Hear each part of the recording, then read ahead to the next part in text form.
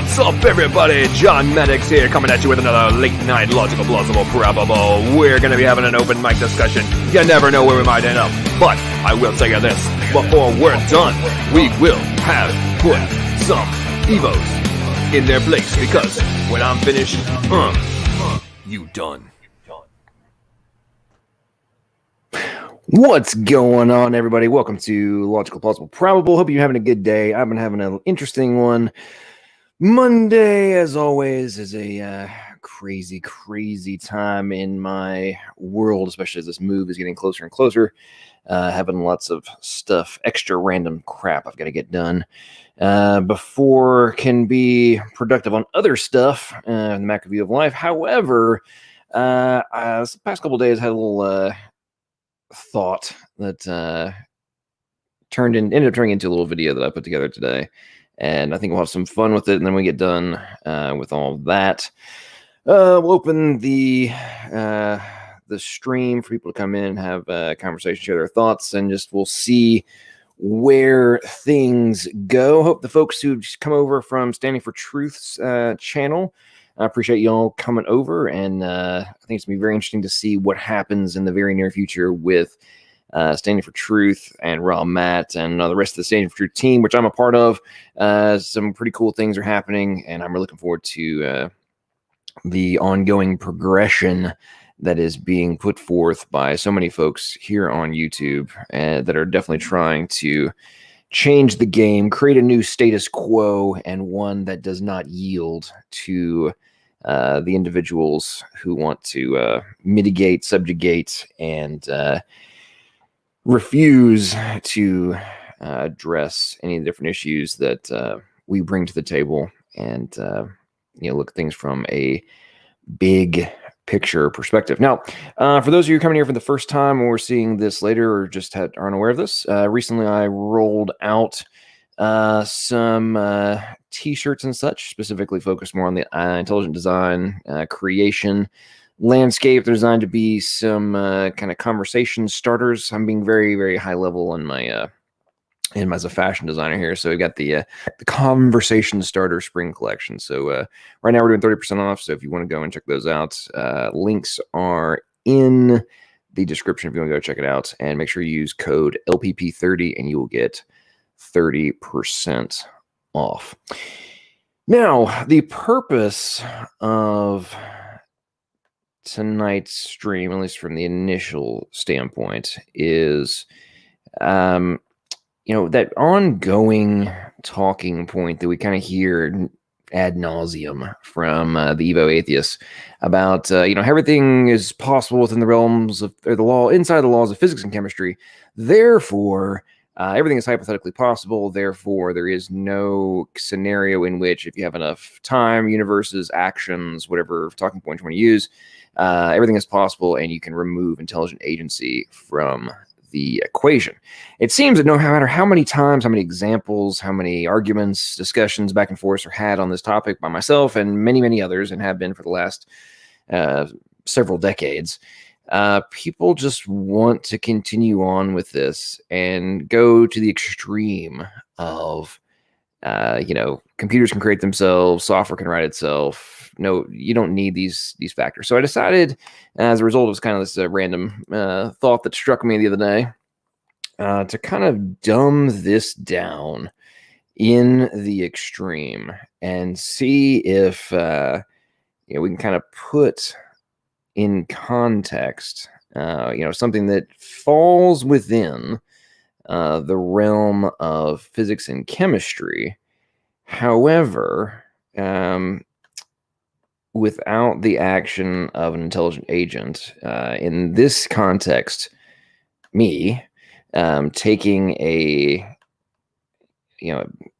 foresight action and having the ability to control outcomes and a variety of other things, which you'll see here in a second. There is absolutely, at least in my opinion, no remotely plausible scenario in which the end result that you will see will actually be a plausible one. And then in relation to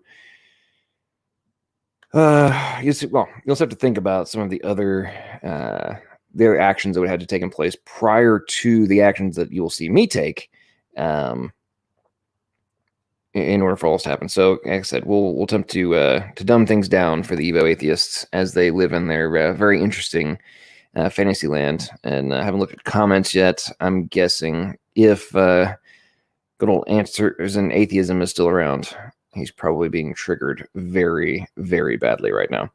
But all that aside, without further ado, ladies and gentlemen, let us dive into this video. And then, like I said, after we get done, I'll have a few more comments, and then we'll be opening up the stream for anybody who wants to join. So, all right, let me get this going. And just for fun, everybody, just so you know, on my own side, when I was producing this, I literally titled it "Dumbed Down," but hopefully everybody will comprehend what's going on. Here we go.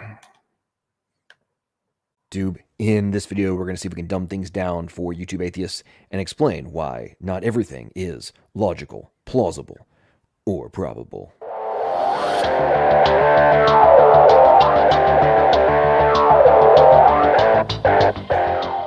So there's this ongoing talking point from the Evo-Atheists here on YouTube that somehow there's always a hypothetical where this thing can happen, even if it doesn't actually make any sense. It doesn't really seem like it's plausible or logical or probable. Well, given enough time, enough variation of chances, everything basically is possible. You couple that with if it's inside the laws of physics and chemistry, you don't necessarily need an intelligent agent, and there isn't anything that actually needs an intelligent agent. So to kind of address this ongoing talking point, I decided to see if I could dumb things down enough to convince, hopefully, some of the open-minded atheists that this position is categorically imbecilic. And lo and behold, the other day, I bought this really cool tool for decoring and slicing up pineapple all in one. And when I was messing with it the first time the other night, it really struck me that I had something that kind of fit exactly what I was needing to accomplish. So in this video, you're going to watch a step-by-step process of me cutting up a pineapple, slicing it, and using this amazing little tool and showing you how, even though it's inside the laws of physics and chemistry, I don't really think it's plausible that the actions could have been taken, nor could the device itself have existed without the foreknowledge requiring actions of intelligent agents. Now, without further ado, what were the steps in this process, and why ultimately do I think that it's an example of the necessity of intelligent agency? So first off, I got to take this pineapple, and I've got to cut off its top. Then I have to take the little tool and line it up with the core and make a turn action so that the blades start to bite into the meat of the pineapple itself. Then, as you see, I continue to make that rotation action as it goes further and further into the pineapple itself.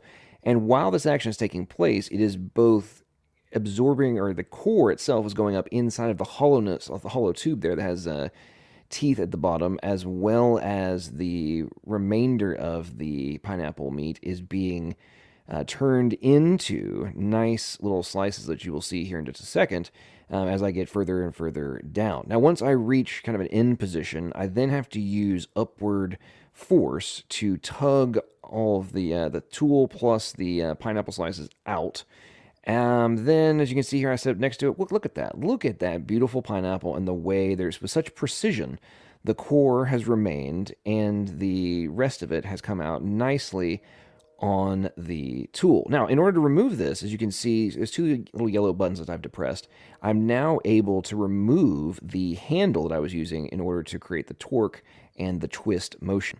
I then flip it upside down, and I'm able to remove the tool itself from the pineapple, and now I'm left with very nice rings of pineapple, which I can then proceed to do elsewhere with. Okay, so now I'm going to take a knife, and I'm going to make two cuts in different angles to now result in wedges of pineapple that are easily going to be stored and eaten at a later date. So now I take a plastic container, and from there on, I move everything from the cutting board into the container. I then close the lid of the container, place it into the refrigerator, which is now going to keep it fresh. And there we go. The initial process is over. And as you can see here, here are the tools that were necessary. I had to have a counter in which to set the cutting board. I then had to have the tool. I had to be able to have a tool that could take itself apart. And I needed a knife in which to make different slicing actions to result in my desired end outcome, which I had foreseen and decided, this is why I want to buy this tool, because I can see the benefit to myself. I then, the kind of last action I was doing this before I cleaned everything up, but I was reinserting the little plastic cap that fits perfectly back into where the teeth are and where the core actually slides as you're making that action. So now the point of this entire video, which is to literally dumb this down, is to see if Evo-Atheists can think very, very, very hard and hopefully can overcome their desperate rejection of intelligent design condition, also known as Droid C. But in order to do so and to think hard, what of what you just observed did or did not require intelligent agency? I mean, obviously the knife didn't form itself. The two-in-one slice and decore tool, I'm assuming you don't think it would create itself. The cutting board, I don't think it created itself, nor the cutting actions that I took with those tools, nor did the alignment that was necessary in order to get the core and to result in nicely formed rings of pineapple. Nope, that's not going to happen. The spinning action that I took, no, that wasn't going to happen. The removal or the slicing itself, or the transfer, or the storage, or the reassembly of the tool after I'd cleaned it up, that was never going to happen. So we got all these different things that are not actually going to occur unless I am taking the action. Then you have to go to another level and think about what were there any actions that were necessary from intelligent agents before the actions that I took as an intelligent agent? And obviously, you can go down that rabbit hole and you will quickly recognize, oh my lord, there are so many actions that required foreknowledge of an intended outcome in order to result in a process that is ultimately dependent on the laws of physics and chemistry in order to be expressed, executed, and to ultimately result in the intended outcome. Now, for those of you who are still having a hard time grasping the entire point being made here, all of the actions, the processes, and similar components from a tools perspective, a timing perspective, a big picture perspective, are necessary in order for life to exist. So I just ask you to ask yourself, we know that you're in a state of denial. We know that you're totally willing as an atheist to accept things that are stunningly improbable and stunningly implausible and not even remotely logical. But at some level, can you recognize that these extreme positions that you take, I mean, in some way, shape, form, or fashion, do not result in coherence or remotely rational or sane conclusions? And hopefully, you will be able to concede that there definitely are things that, no matter what kind of crazy hypotheticals you can come up with, are not actually viable in the real world. Think long, think strong, think hard, and as I always love to say at the end of these videos, make sure that the conclusions you reach about your very existence are logical, plausible, and probable.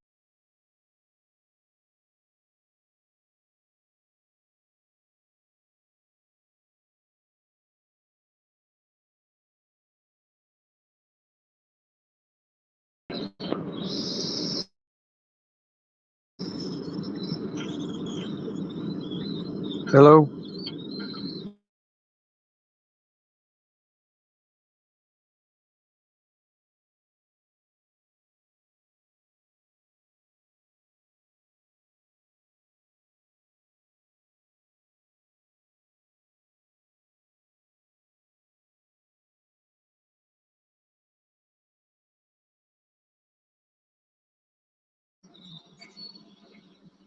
Pineapples are good. Oh, something's not working.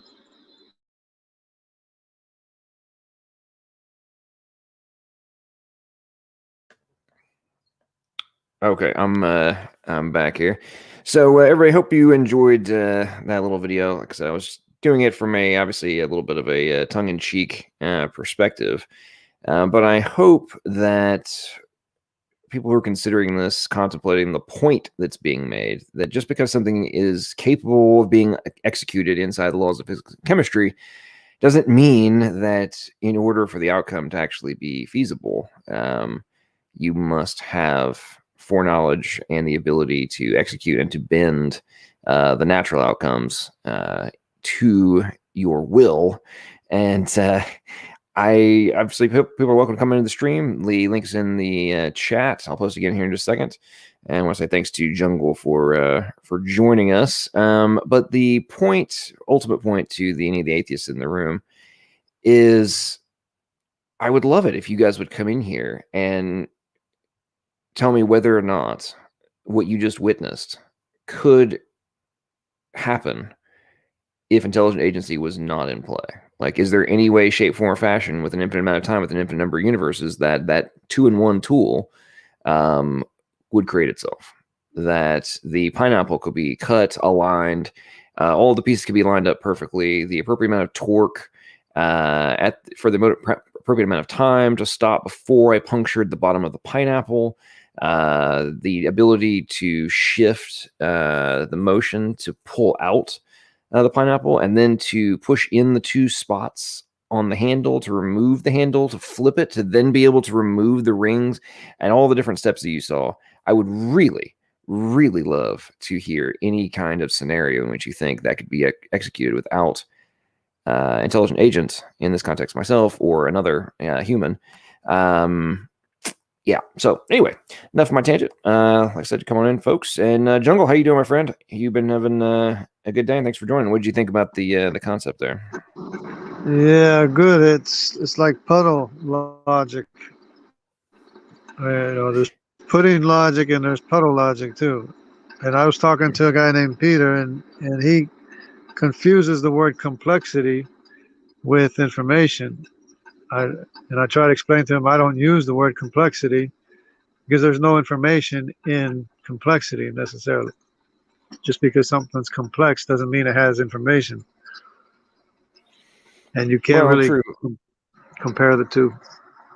No, true. And I think the other portion of this, and this is what really fascinates me about that topic, is the Evos want to cling to the premise of just raw Shannon information on one side, and then and then on the other side, your point of, like, just because something is just because you have a ball of yarn that is in knots and is all now complicated, doesn't mean that it has ease of use or functionality or purpose in that scenario. However, if you have a rope bridge and it's been made out of multiple thousands and thousands of balls of yarn that have been all twisted together in order to create a strong rope bridge, at that point, if you're going to argue that that is not an example of specified complexity, then you're just living in a fantasy land. And it kind of correlates with the point I was making about, just being able to line up a piece of metal that has some teeth on it and some wings that also have teeth in it, so it can slice a pineapple into a specific ring shape. I mean, like, that concept, in my opinion, there's no scenario in which the exact dimensions of that to fit the average size of a pineapple, those kind of things, that's not going to happen. It's not coherent of a premise to claim that would actually happen by itself. It's getting the extremes to which especially the YouTube atheists will go to try and avoid the obvious is reaching levels previously unknown. But I'm always reminded of Standing for Truth's video and his clip where the guy says, "Idiot."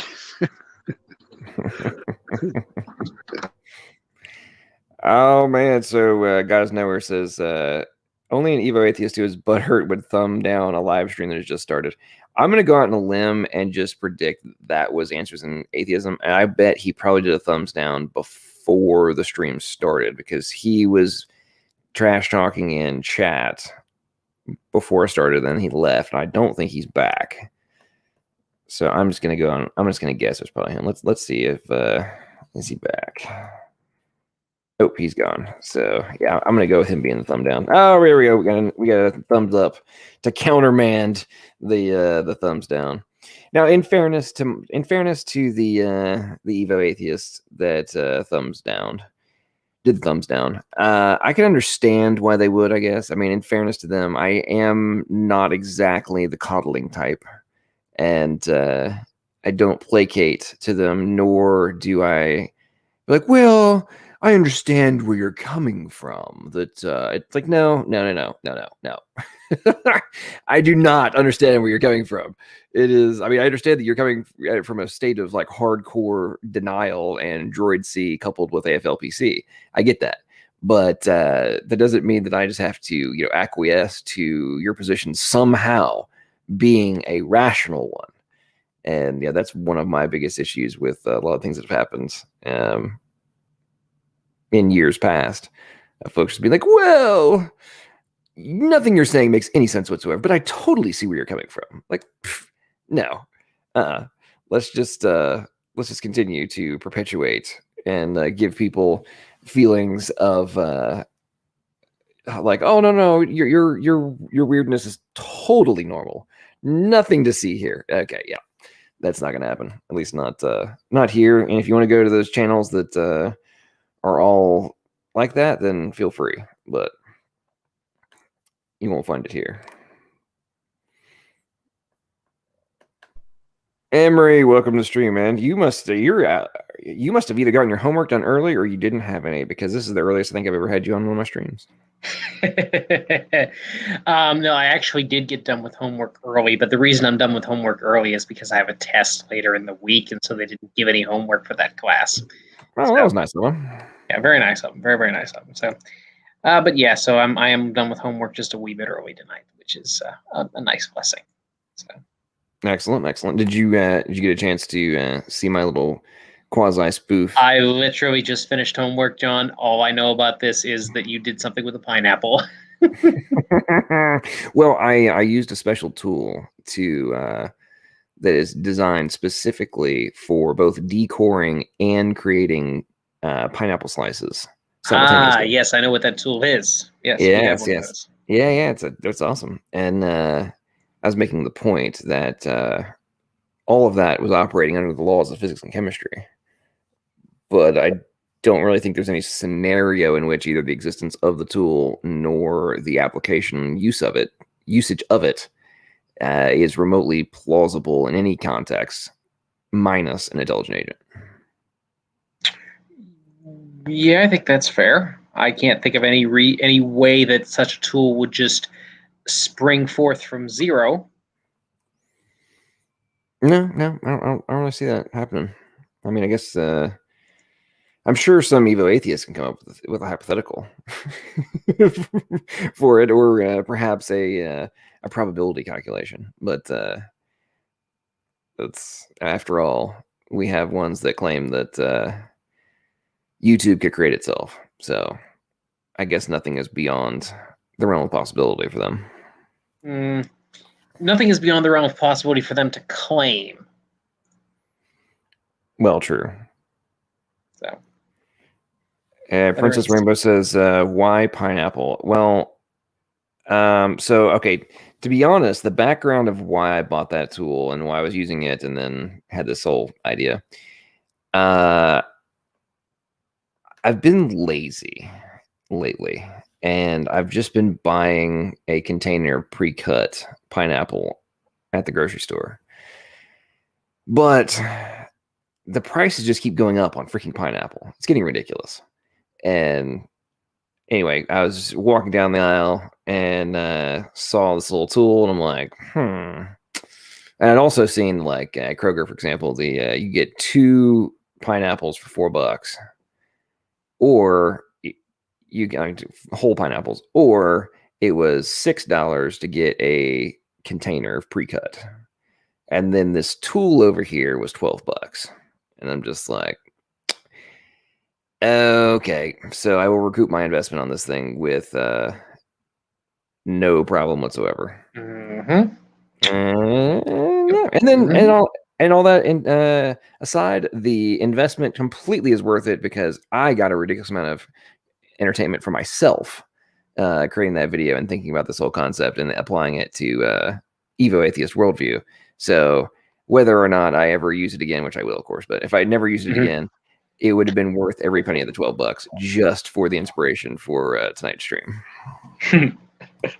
Yeah, I totally hear that. Like, I try to, make good investments like that. And, yeah, that was definitely a good one. Definitely a good one, especially if you like pineapple. So. I do love pineapple, and hey, at the end of the day, I'm sure there's some other application it can be used for as well, similar concepts. But should Armageddon be on the way and the apocalypse unfold, if I move to Florida, it will be a very, very valuable tool.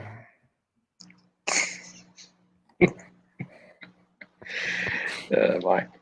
But yeah, I hear you. So yeah, let's hope the apocalypse is delayed slightly, but we'll see about that.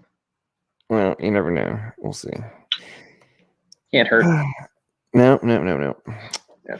But so that's a good argument, though. I think it's a good solid argument. Yeah. So, anything interesting you've learned this week in your studies that you think has interest to folks? Okay, so honestly, this last week has been basically one giant blur because I'm doing a 4-person group project mostly by myself. So I haven't done anything except large carnivore research in the last couple of weeks, other than other homework for the classes. But other than that, that's basically all. I've lived and breathed large carnivores. So I could tell you an awful lot about, puma concolor conservation, but I'm not sure how much I could tell you about anything else at the moment. So you're in cram session, mega download, and we're probably doing a data dump next week. Something like that, yeah. The only thing is I'm actually writing down a lot of this stuff because I have to churn out a paper. So the data dump is going directly onto the Google Doc, which means it will be accessible later. Well, that's always a good thing. Always a good thing to have your notes and look back and I'm like, oh yeah, I remember learning that thing. I have no idea what I did with it. Actually, I'd tell you there's a few things that I found for business notes and stuff. I came across one of my Google Drives and I was looking at it. I'm like, okay, so I remember the board meeting about this. I remember XYZ. I do not remember writing this. Apparently I did. Don't remember it. I remember the meeting, just completely blanked. Bob, what's up, man? How are you? Welcome to the stream. Hey, thanks. I'm excited to be able to refute one of your arguments. Hey, Bob. Oh, okay. Go for it. Okay, so it can't happen naturally because humans evolved and humans created the tools and the processes to do it. Therefore, it happened through evolution.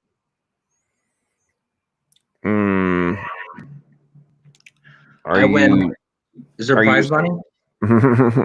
Speaking of that, I'm very entertained recently of there's this little new wave of trash talkers on the community page or section that now they've somehow gotten this idea in their head that I don't back up my claims. And I don't have any guts and I won't put my money where my mouth is and stuff. And I'm like, really? I'm quite certain that I disproved that premise beyond doubt. Beyond doubt. So what universe are you guys living in? That's one of their talking points. That's all they have to say. You can't back it up. You're just making assertions. That's their only talking point that they have. Yeah. They can't back anything up themselves. They can't state anything themselves. But then they always say it doesn't matter how well you explain it. You just go through a whole spiel of everything, and they say you didn't back it up. You know.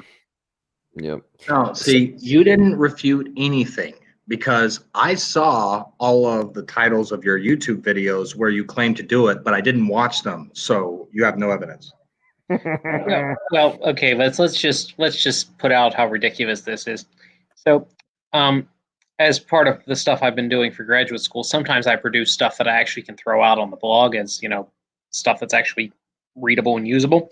And keep in mind, I'm not saying that I'm like super intelligent, but I have decent grades, and the stuff I put out there is not stuff I'm getting C's on. It's stuff I'm getting good grades on. Because basically I'm getting free atheist peer review essentially. And when I put it out there, I've had multiple people come at me and say, you don't know what you're talking about. You don't know what you're talking about. You're an idiot. You're a moron and all this stuff. And I'm like, guys, I literally just had a professor in this field read this over and I got an A. Did you bother to read it, or are you just assuming that I don't know what I'm talking about because I'm a creationist? That's hilarious. And it's typical.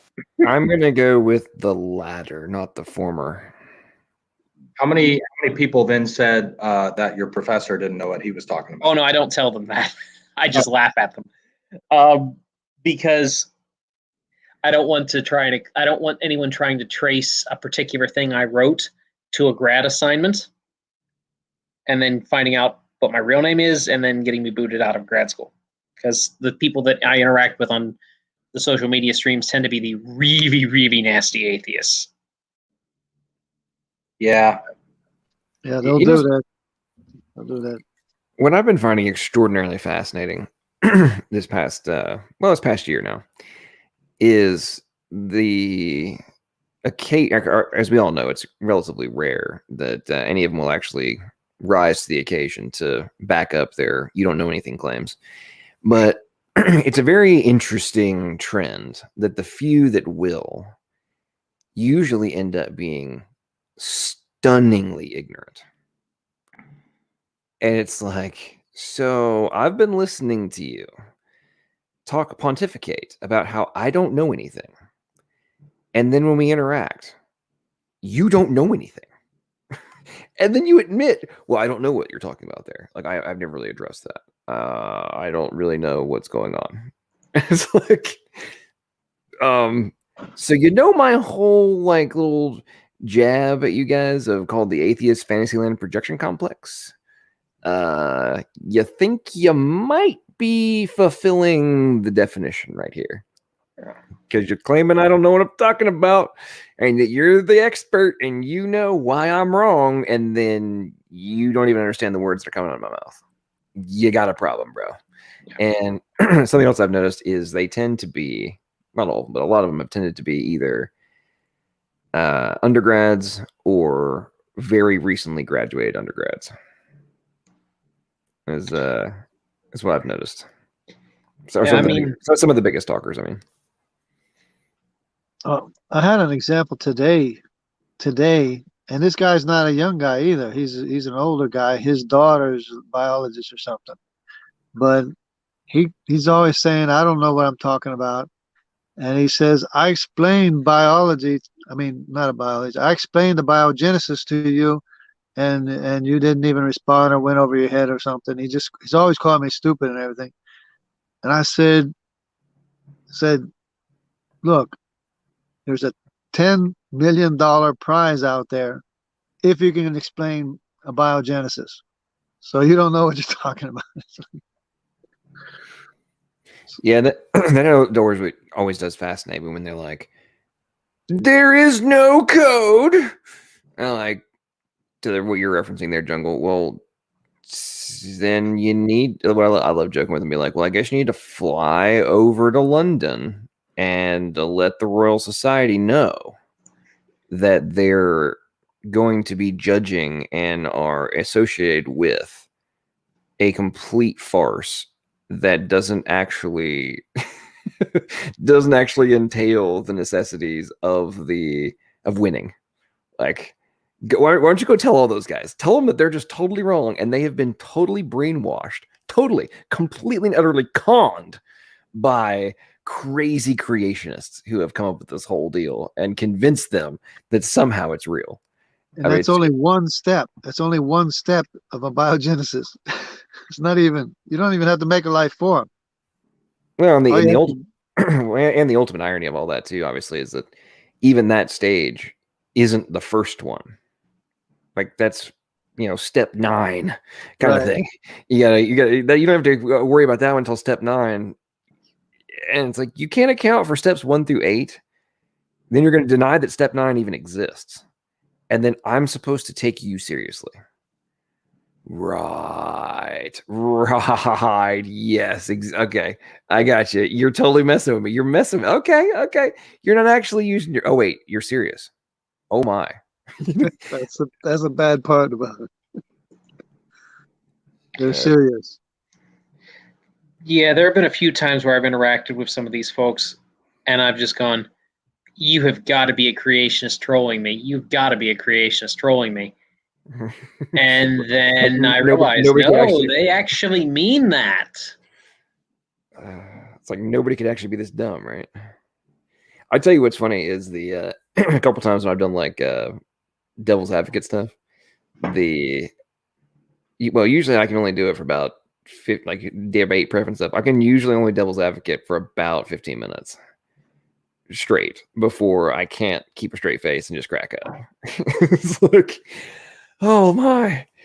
And then I think about it from the context of like, there are, and of course, we've all, you're dealing with it on a daily basis. I'm watching lectures and stuff on YouTube and such, reading papers, and I'm like, these guys are actually spending months and months and months and hour upon hour upon hour to create this crap. I can't imagine spending that much time doing something that from a macro level has basically zero value. Like that would really mess with me, which I think is part of the reason they don't want to make any kind of caveat or acquiesce to the premise that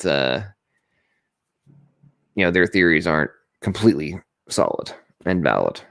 I mean, because you're dealing with some significant self-worth issues at that point. I'm not even sure it's self-worth. I think it's more desperate denial that there is a God. They cannot acknowledge that, because if they acknowledge that, they'd have to admit that they don't get to make the rules. Yeah, it's desperation, yeah.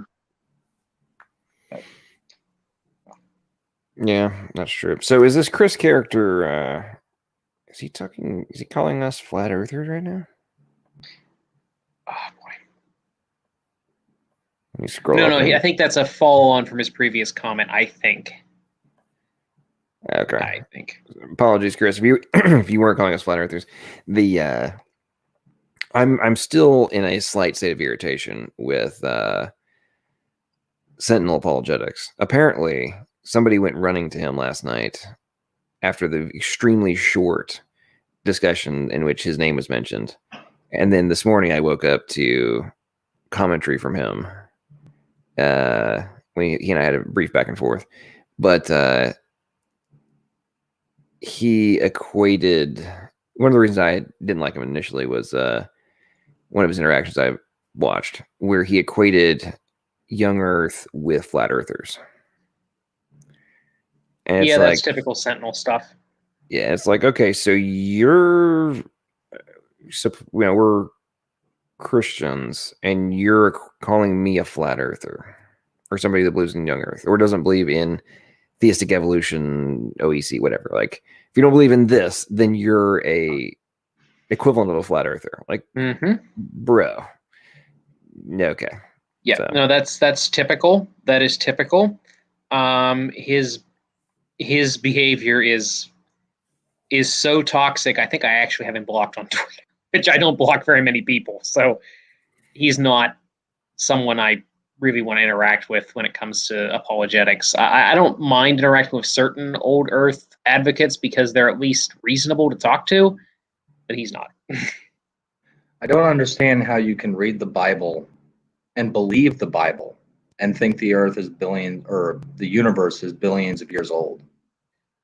Well, the thing is, they don't actually believe the Bible. They tell you they do, but they don't, because I think the quote's from Luther, which goes something along the lines of, if I proclaim Christ at every point at which except that which the devil is attacking, I am something along the lines of, I'm not actually professing Christ. I don't remember how it exactly goes, but it's basically along the lines of, no matter however boldly I might be professing Christ, I'm not actually proclaiming Christ. In other words, if you won't stand where the devil is attacking the Bible, you aren't standing for the Bible or God whatsoever. And unfortunately, that's where we are, where most of our churches won't stand for just about anything, and therefore they fall for everything. Hence the woke stuff. Because Satan attacks at one angle, we don't defend it.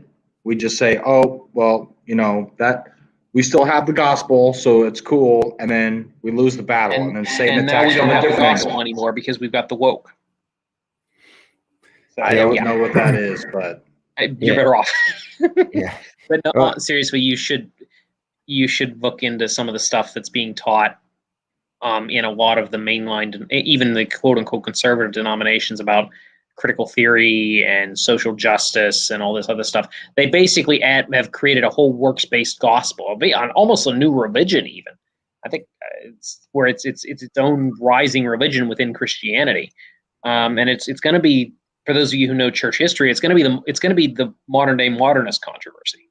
That's what it's going to do. I don't even want to look at that, because I went to school like 40 years ago and it was bad, and I can't imagine what it is now. Worse. Yeah, Patrick just said this. I actually saw the same article, Patrick. Yep. So the United States, we just dropped under 50%. That's not quite accurate, because it's 50% membership. Church membership, right. Yeah. So that's not 100% accurate, because we're probably still about 50% religiously affiliated if you count Muslims, Hindus, and every other wacky religion out there. But let's not count them. Well, they're religious, but they're definitely not Christian. Come to think of it, there's quite a few groups that would be classified as church members that wouldn't be Christian either. So let's, we can go there. But let no man deceive you by any means, for that day shall not come except there come a falling away first.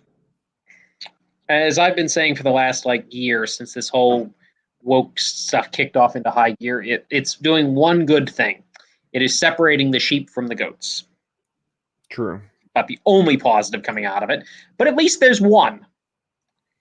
So, anyway, but just Jungle, you may escape some of this because you're a few decades older than I am.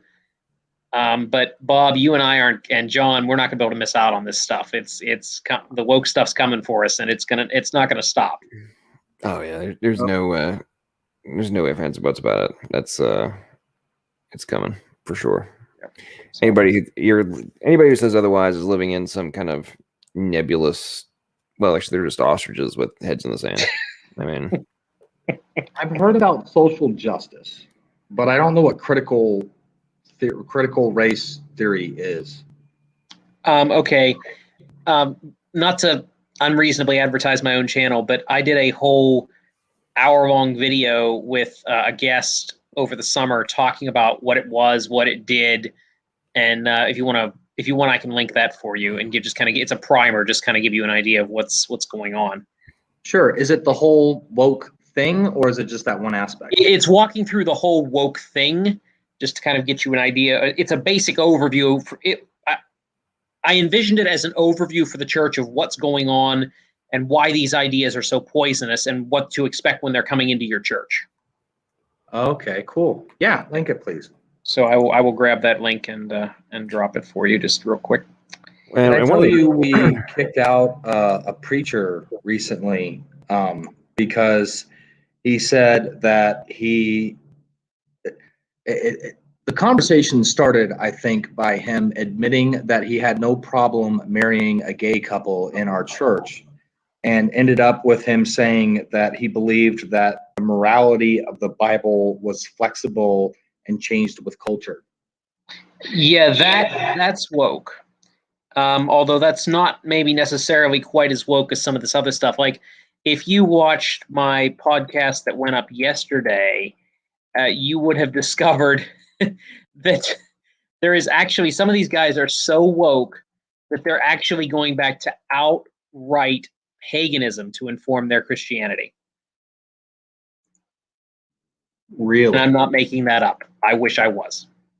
John, do you mind if I drop that in the main chat as well? I had somebody ask for it. Yeah, okay. Okay, thank you.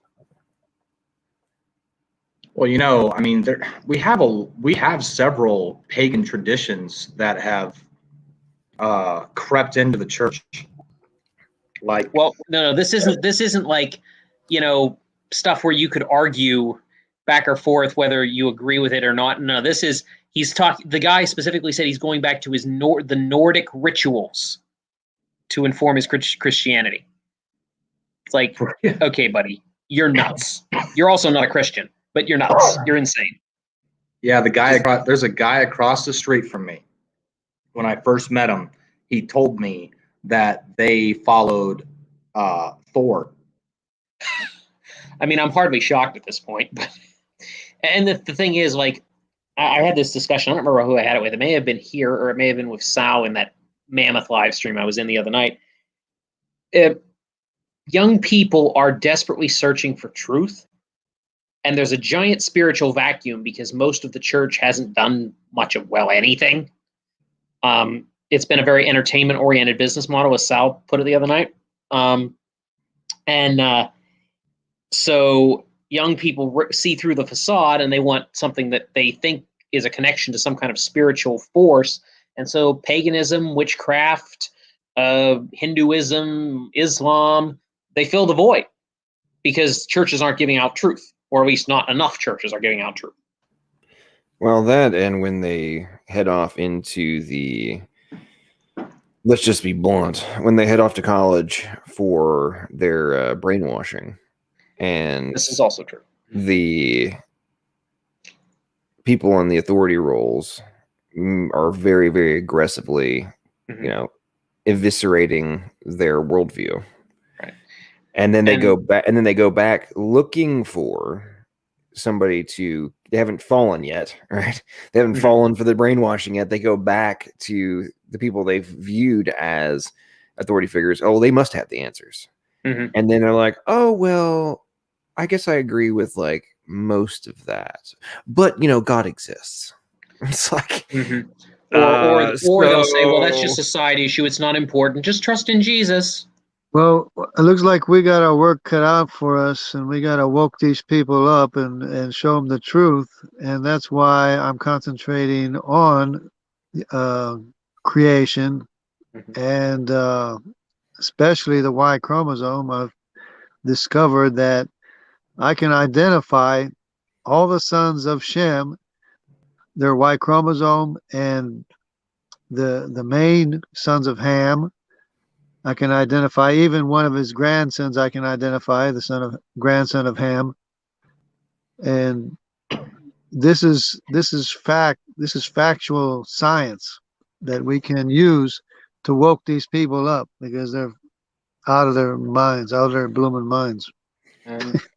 Unfortunately, you're right, but unfortunately, the issue here is, and this is creeping into a lot of even the Christian colleges. Like, for those of you out there who are parents and you are thinking about maybe a Christian college for your kid, I would highly recommend that you look into that college good and hard before you send them there, because it is a whole lot easier for a supposed fellow Christian to convince your kid that the Bible's not true than it is for an atheist to do it, because he thinks that your child thinks that professor is on their side, when in fact they're not on their side, and they're creating proselytes that are threefold more a child of hell than themselves. But and they think they know more. They think the professor knows more than their father. Yeah, their father or their mother, or whoever their guardian is. They think that the professor's highly educated and he comes across smooth and he sounds like he knows what he's talking about. He uses all these big words and he cites all these big name sources and he sounds impressive. And 18, 19-year-olds most of them don't have the fortitude to survive that, either because they've not been taught or they just haven't matured enough to deal with it. I tell you what, I kid you not, folks, and I may, just for my own entertainment, I may at some point do a campaign to go back to college for the sole purpose. I don't mean like go back to college to like get a degree. I mean go back to college strictly to hunt them down to go like take a biology class, because right. I think that would be so much. I've seriously considered doing it. I was thinking about doing it before COVID hit and everything. I was thinking of doing that too, John. Because you can go to like a community college. There's one here in Nashville that it's like I think it's gonna be like $280 for the class, and I'm just like, man, just for the entertainment value. I mean, because think about that. Okay, because people listen to me, you know, I love to run my mouth. You know, I love a challenge, and I look for confrontation. Like, it's fun. I enjoy it. Right? I'm talking about intellectual confrontation. So it's like, okay, so over a 3-month period, I would be spending let's say for easy math purposes, over a 3-month period, I'm going to spend $300. So I'm going to spend $100 a month on potential entertainment 2 to 3 nights a week. I mean, that's a pretty good deal. I mean, I'm okay with spending money in that context. I think that would be extraordinarily entertaining. Not to be rude, but I don't think you'd last the first week. I think they'd expel you. Yeah, too many monkey wrenches thrown into the mix. Well, here's the thing. I learned this. So when I went back to college, I actually went back to college after being, a grown up. There's 2 things. Number one, when you're self-funded and you're not on scholarships or grants, you're an entirely different animal, and a lot of their control mechanisms they just poof, they're gone. And when you're self-funded, and I had a very entertaining interaction with one of the higher ups, and because I was getting to run around on some stuff, and I CC'd them on my first email about the issue that was going on, and was like, just to be clear, I am a self-funded student. There is no restrictions. I am not subject to all of these additional external regulations, requirements, all these kind of things. In terms of, I am paying for this myself. This is out of my own pocket. You have my cash money. So unless you want to refund my money, you must come up with a justification how. And I quoted some of their like bylaws. I quoted bylaws and stuff because here's this other sidebar that people don't know about me. So I was very close to going to law school. Okay. And when I was running a decent sized business, I actually went and, one of the law schools here in Nashville has a program where if you're a business owner, you're allowed to go and audit law classes for free. And so I did. And then I've been involved in multiple, lawsuits and a variety of other things. I've testified in a variety of scenarios. I mean, a bunch of stuff. So I've got some experience in this arena, and I love when it's something that pisses me off. I love to go and research the law, and like I will go down the different rabbit holes and I will read. And by the way, folks, laws are not that hard to understand. Like, you read them and it's like that's the whole point. It's supposed to be logical. Like, you can follow the logic. And I have represented myself in court on multiple occasions, and I have a 5-1 record. And I never went to law school, so keep that in the back of your dome. But anyway, very long story short, in the context of this whole thing, we just went and researched some of the regulations and the bylaws and handbooks and such of the university, and I'm like, huh. Yeah, so you have all these kids who are on scholarship and student loans. You have them with a freaking noose around their neck, where they have to comply with all of your crap. But if you're self-funded, all that stuff, not all of it, but a significant percentage of those restrictions and that power they have vanishes. And I'll switch you this way. I got some rather strong apology from the president of the university for their actions, I'll just say. And it was fun. I could see you as a lawyer, John. Yep. You love a good scrap, so you'd be at home in a courtroom. I'd say one of the most fun experiences I had in my entire life was about a year and a half after my brain surgery. I had invested in this little small business. We were moving locations, and I was swinging by to pick up some stuff. Very long story short, had this whole interaction with the cop, who, I kid you not, his last name was Hazard. You can't make it up. And anyway, I had on purpose made sure to not be to be parked in an appropriate spot, right? Because they were like out handing out tickets. So while I am getting this stuff out of the retail store that we had been renting and we're leaving, I come back and he's sitting there writing me a ticket. Well, he and I get in this back and forth in this little alley.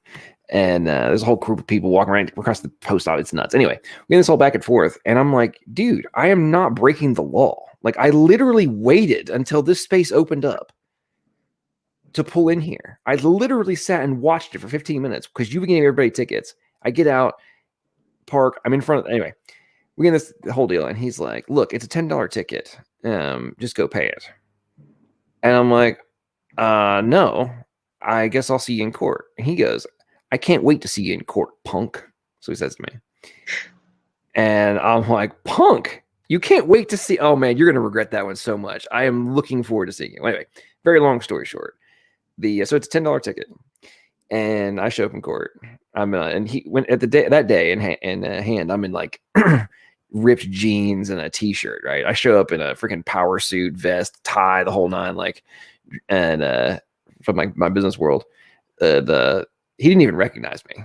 And then we get up there and it's my turn. Well, this arrogant little bastard didn't even get in the witness booth when he's like testifying on his cases. He's literally leaning his fat ass up against the judge's bench. Okay.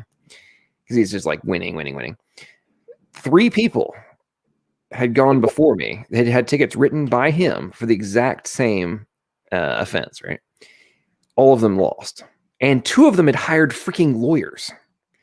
Anyway, I get up there and turn it into I'm submitting evidence to the city council, all this kind of stuff. I'm interrogating the crap out of this little bastard and got him to contradict himself 3 times, to misquote the law and admit that he would not have been able to do X, right? This like provision of the law.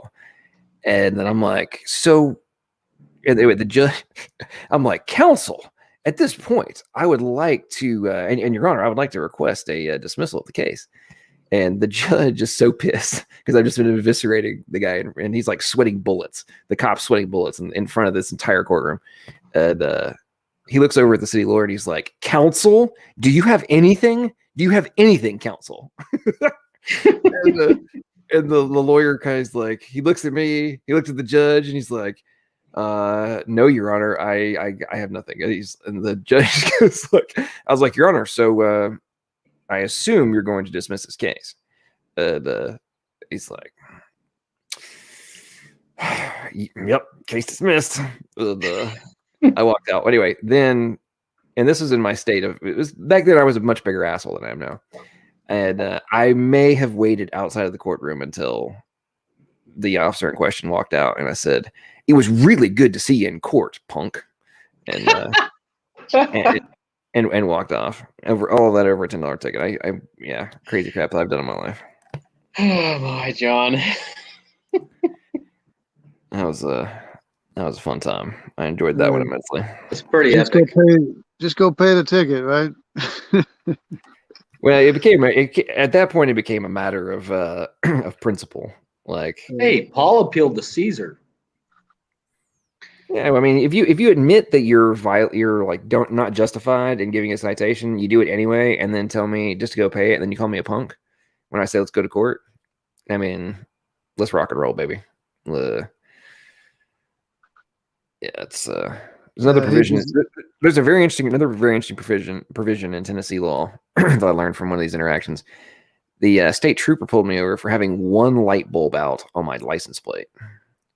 And we had this whole back and forth. Anyway, very long story short, there were some words were exchanged over that whole deal. And like when I was getting the ticket, I challenged, and I show up at court. He doesn't show up, and the judge is like, "Well, because normally if you're the charging officer has not showed up in court, then you can request a dismissal due to the accusing officer not being present." And so the judge is like expecting me to do so. And I'm like, "No, Your Honor, I'd like a I'd like an extension." And the judge is looking at me like, "What?" I'm like, "No, Your Honor, I want to face my accuser." And he's like looking at me like, "Okay, and what is this over?" I'm like, well, it's over a light bulb being out on my license plate." And he's like, "Well, did you fix it?" I'm like, "I did." He's like, "So do you just want to show it to me?" I'm like, "No." He's like, "Why?" I was like, "I want it dismissed and I outlined the reasons why. And it's like, "Okay, well, this should be interesting." Probably the first time that's ever happened to him. So he granted the continuance. Well, I then proceed to subpoena the dash cam and the footage. And let's just say the next go round, he shows up in court, and he's dancing and dodging. And I won't get into the whole reasons of what the problem was, but let's just say that I got him to commit perjury and deny it. And I'm like, I couldn't believe he actually did it. I figured he knew I've subpoenaed this stuff. Like I've got you dead to rights on what you did. And he did it. He said it anyway. And I'm like, "Okay, counsel, I would like to submit." And and I was like, Are you sure you don't want to reassess your testimony before I play this?" Anyway, he didn't, and we played it, and then I kind of just looked at the judge and was like, "Your Honor, I'd like to request you to dismiss it based and outline my position." And the judge kind of looked at him like, "I can't believe," it was basically like, "I cannot believe you didn't accept the opportunity to reverse your statement, your testimony, or modify it at least." I just nailed him. And but here's the ultimate irony. One of the reasons I actually went so far with that case was I found out that there actually was a provision in the Tennessee law that they were not allowed to charge you court costs if you had fixed it. And so I had the proof that I'd fixed it. So even if I lost the case, I wouldn't have had to pay any court costs. So I was like, "Man, this is free entertainment right here." Oh, you are insane, John. I would, but I mean, I'm glad that you like conflict that much. I do not. I mean, if I had proof that something had been done wrong, I would go to court. But if the officer didn't show up, I would have just taken it and gone, "Okay, forget it, whatever. I'll just take my dismissal and be done with it." Never. But at that point, you have absolutely. I mean, it's zero to lose. It's like worst case scenario. I have to do what I did anyway, which was fix it. Like there was absolutely zero risk at court cost. So it's like, I'm not going to get a fine, and I'm not going to have to pay court costs, and I get to challenge somebody who's abusing their authority. Sounds like fun. Somebody's got to do it. Yeah, I Sounds mean, like a fan of justice. it's good that some people are able to do that, or have the time and everything, or just have the courage to do that, because some of these people are out of hand. Some of these officers are out of hand. Everybody knows it. I'm in no way, shape, form. I mean, in general principle, I am in favor of law enforcement. However, I have also witnessed a dramatic shift in a good chunk of them that are no longer doing it for the right reasons. And I have friends that are, gentlemen that I know that are in their, they're retired police officers, and they're literally telling their kids, "Don't go join the cops. Like, don't go become a cop. It's gotten corrupt." And I mean, if career law enforcement officers are encouraging their kids to not get involved in it, what does that tell you? Well, it's become so politicized. Like It's the stuff that happened all last year. Police just had to sit there and watch. They weren't allowed to really do anything. Yeah. And I mean, how demoralizing is that for somebody who goes in, not somebody who's corrupt, but somebody who actually goes in and actually wants to make a difference, and they have to sit there and literally watch crime after crime after crime after crime after crime be committed, and no, they can't do anything because Mayor X or Governor X said they can't. Well, and I tell you what's really pissing me off lately, and Nashville's another city that's done this, liberal city that's done this. So there's a cop here in Nashville on murder trial right now. He's being tried for shooting a perp who had a gun pointed at him, but was running away. And multiple warrants, multiple time felon, got a gun, pointed at him. It's like, so the dude's running away, but he's pointing the gun at you. You think he can't shoot you while he's running away? Like, you kidding me? Anyway, but while the trial's still going on, he's not being convicted. Hey, John, read side chat. Settled. Huh? Read side chat. Like private chat or? Private chat, yeah. Okay. All right. Awesome. Thanks.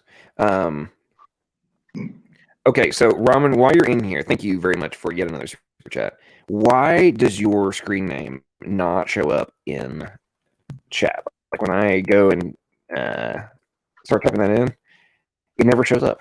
How is he doing super chats and not showing up? Is there an incognito mode for? Is there an incognito mode for side chat? Anybody know? Anybody know? I have no idea, John. I have no idea. I just tried typing him in though. It's not that. I've seen it happen before. I don't know. There's a little pop out that allows you to see who's in chat, and even that doesn't have him. So I don't know what's going on. Yeah, it's weird. It's very weird. But I appreciate the super very much. Godzilla says my mic is fading. Is getting out? Yeah, it's starting to fade and go into static. Yeah, it's static a little bit. It's staticky? Okay, hang on. I'm gonna leave and come back. You got a wireless? Does he have a wireless? I don't know. He's seeing if he can leave and come back. I think he's got a laptop, but yeah, maybe he needs to just refresh or something. Yeah, depends on what he's using too. He may, if he's using his headphone mic, that may be. No, I'm not. No, I'm not using headphone mic. How about now? Good. Yeah, you're good. Yeah, I literally just left. I noticed this as a trend. If it's getting staticky, I just leave and come back and it goes away. It's very bizarre. I mean, that's fixable. That's classic tech support. Turn it off and turn it back on again. Mm-hmm. Mm-hmm. It's amazing how many things that fixes. Yep. The audience, let me know if if you're being able to hear me, if I'm still like sounding low or if things are coming through. Okay.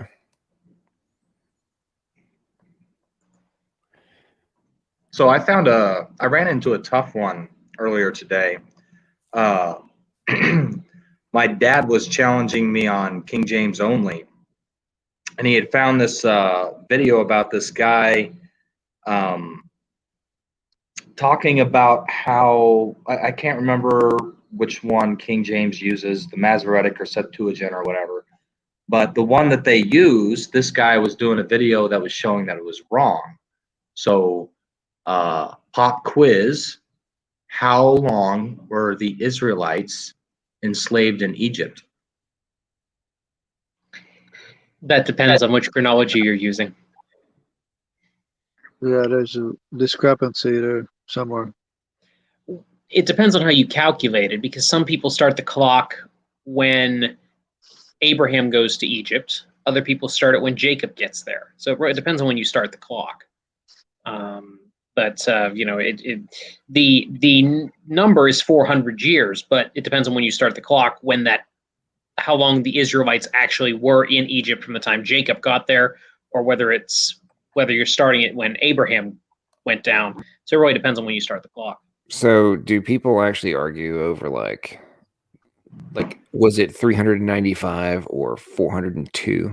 Like people actually argue about that crap? John, This is the internet. What do you think the answer is?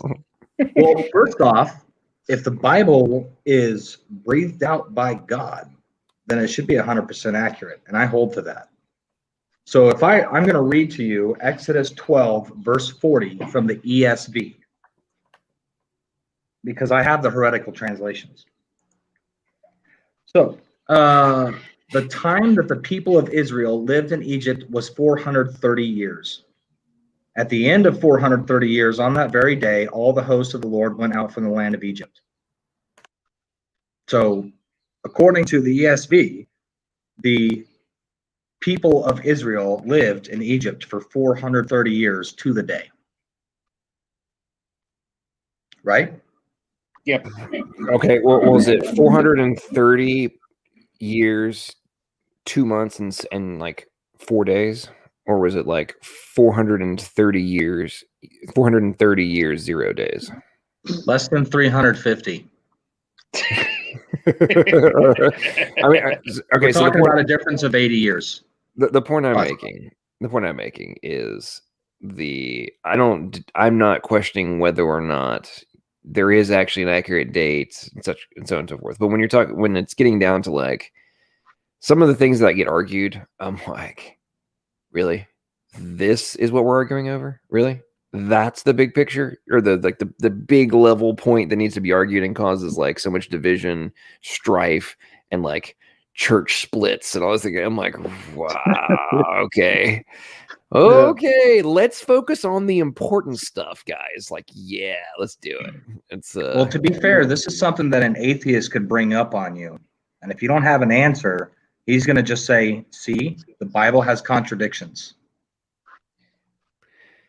I mean, it's a fair point, but to be fair, Agatha, most atheists haven't read that far in the Bible.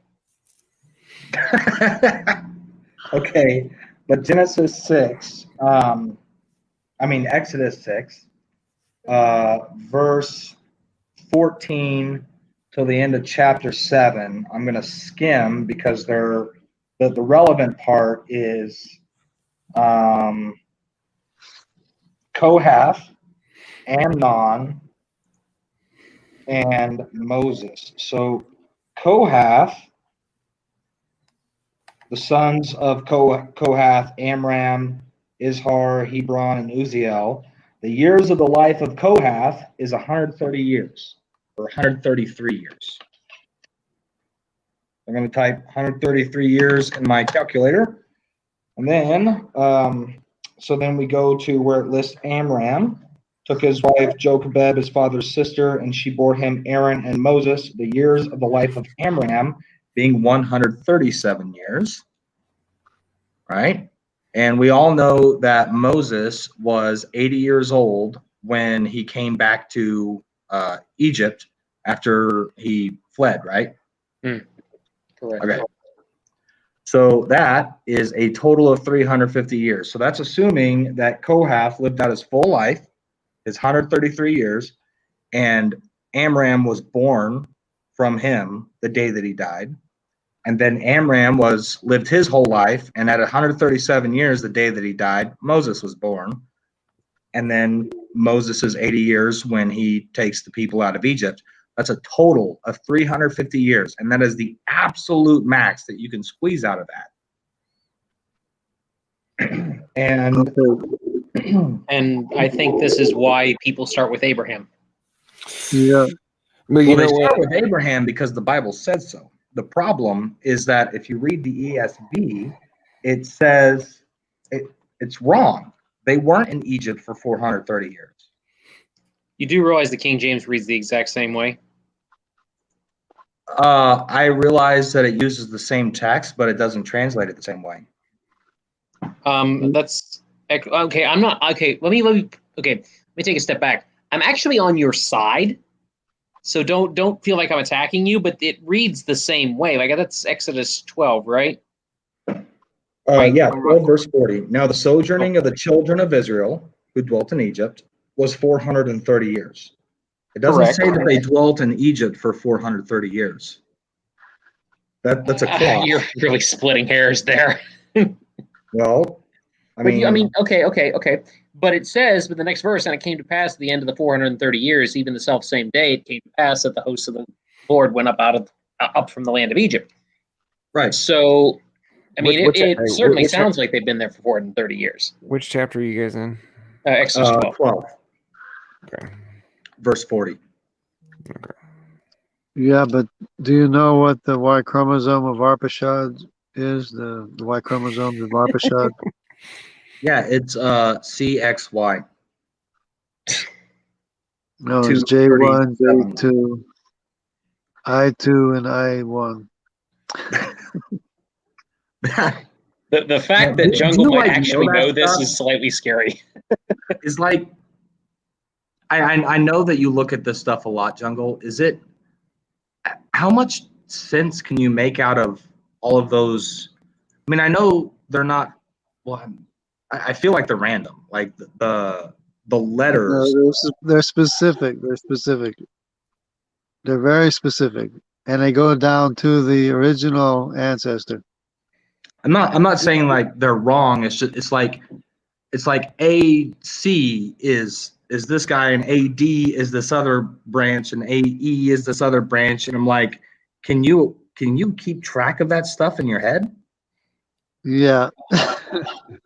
It's impressive. Yeah, if you can keep track of that in your head, that's really impressive. Like, I would need to have it written out on a blackboard somewhere. And constantly reference it. Yes.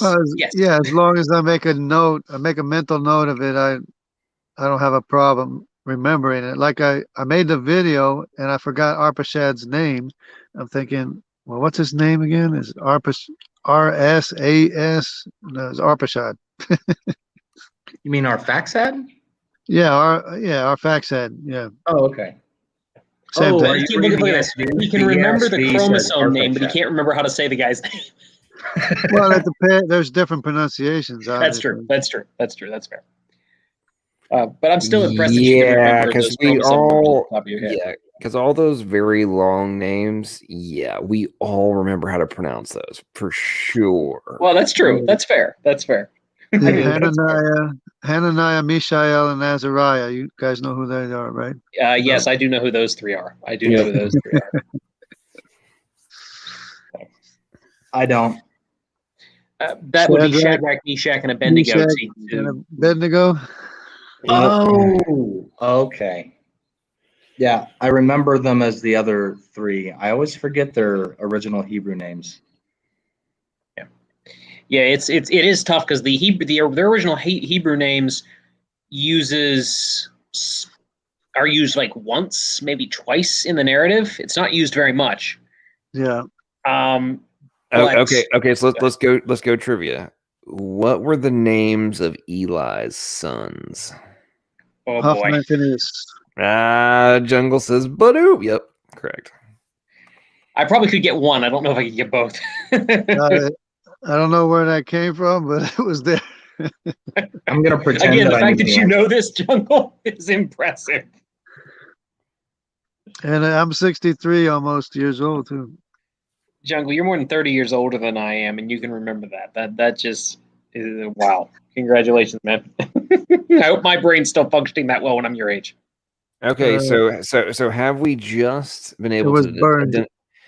So have we identified that? Well, actually, by that statement from Emery, we have now identified that he is no older than 32, but he's got information overload. It's likely that he is under the age of 30. I'm not answering that question because for reasons, but you can make suppositions. Emery doesn't want to give any kind of like certain demographic search parameters for the freaks of YouTube. 4 reasons is always an acceptable justification.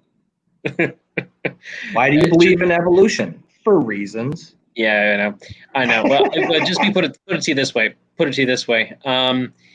Once I'm finished with getting my degrees, I will operate under my real name, and anybody can know what my age is and whatever. I don't care. But until then, I'm keeping all that information under wraps because that's the last thing I need. I'm putting quite a lot of my own money into this. I really don't want to lose it. I understand because not your real name. No, you didn't know that, Bob.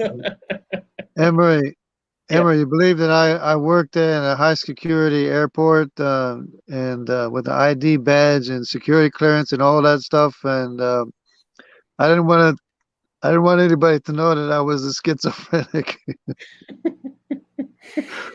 in my early days, you know.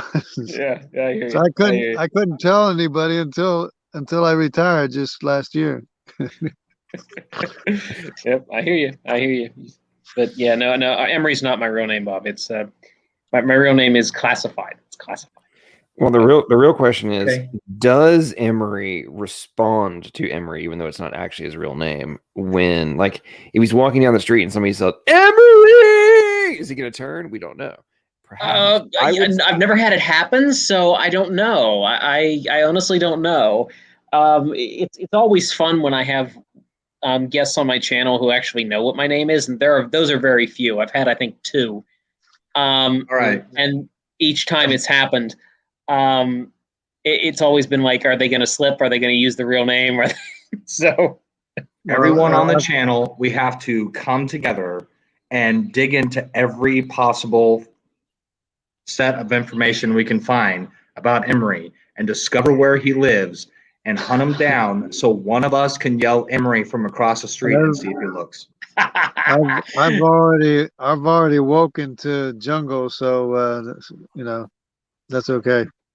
Well, I just give them my name, so it's kind of a I mean, John, your real name being what it is, like, you must hear that like 5 times a day. So no, do you not still really. even look? It's actually surprising. The name John is not nearly as common as people think it is. At least for like my age range anyway. It's very weird. It's actually more of a surprise because it's not that common that I actually hear my names when it's not being addressed to me. It's weird. I'll tell you, I do respond to Argatha. Yeah. Yeah. I don't know. No, that's go ahead. Well, I mean, I was going to say in the context of the Evo or the atheists and such, I don't think they know what to do because I'm like, there is nothing to, like, you can't go figure out who I really am. It's like, I mean, you know who I am. You got something to say? Say it. Let's go. I think part of it for them is like, because most of them are weird. I think there's some kind of like mystery behind the investigation. I want to dox people. It's like, dox me, go ahead. Like, dox me with what, bro? Yeah, I mean, like, it wouldn't. There's a good possibility that even if someone were to discover what my real name was, they still wouldn't know where I go to school, and that would be pretty difficult given the number of academic institutions in this country that offer biology degrees. But, you know, so. Yeah, but for somebody like you actually have in your current position in development of your education, your credentials and such. I mean, you're in a different scenario. Like me, I've been self-employed since forever. And it's like, yeah, okay, bro, call my employer. Yeah, you can call me. Like, I'm going to be like, yeah, actually, I really respect his work ethic and does a good job. And I'm actually okay with things he does online on his own time. Okay, I totally accept that. No so I want to go back to what I was talking about. Emery, you said that you were on my side. So I didn't know, like, do you have some other insight into what Exodus 12:40 is talking about? Well, okay. My understanding with this would be, if you take it back to Abraham, that pretty much resolves the difficulty, if I am understanding correctly. And also, too, we don't know whether I don't know if we know. Do we know when what's his face? Koha? Am I saying it correctly? Probably not. Do we know when he was born? Was he born before they got to Egypt, or was he born after? I'd imagine probably before, because Levi wasn't young when he got there, but could have been born after. I don't know. That's a good point. But if he was, well, no, actually, I don't think it is. If he was born before, that lessens the amount of time they could have been in Egypt. Correct. But if he was born after, that extends the time by, X number of years. So again, that's a question where I don't know if we have clarity. I don't know if he was born previously or born after. That's something I don't know offhand. I'm not a chronologist. I avoid that stuff like the plague because it involves math. So maybe Levi lived in Egypt 80 years before he had Kohath. Well, he would know. He wouldn't have been. He couldn't have been that. He couldn't have been that old in Egypt because Jacob was like what 130 when he got to Egypt or something like that, and he married Leah when he was what 40, something like that, or no 40, maybe 47, 48, something like that, because he worked for 7 years. So, and Levi was the third kid in line, so he would have been 50 plus, 50, maybe just round to 55. So, and Jacob's 130, I think, when he gets 130 something when he gets to Egypt. So Levi's 80 years old when he gets to Egypt. So, good possibility that what's his face had already been born, but not necessarily, because they did have kids later at that point in time. But again, I'm not a chronologist. I don't delve into that stuff. I hate math, so I avoid that stuff. And Jacob lived like 10 or so, 15 years more or something. Yeah, but the key is Levi, because he's the one who had the son Kohath, and then Kohath had Amram, and then Amram had Moses. And it tells us their total lifespans. It doesn't tell us how old they were when they had those kids. Correct. Which is one of the problems with like perfectly dating. Where are we in time? Well, it's one of the problems with dating the Exodus, certainly, because it's very difficult to tell exactly how old different people were when they were when people did that. Now, let me just see. I looked up. Hang on. Okay. So we actually have some information here. Hang on. What was this guy's name that was Kohath? Yeah, he was born when Jacob went down to Egypt. He was alive. That's in Genesis 46. He's listed. So he was born at that point. So that takes away that. Let's see. And then he was born before they went to Egypt? He was born before, correct. Because he's listed. Now, we don't know how old he is, but he was born because he is listed. He's listed in, good grief. He's listed in the list of people that Jacob takes with him down to Egypt. And let me see. Yeah, and Jacob is 130 when he gets to Egypt. That's what he tells Pharaoh.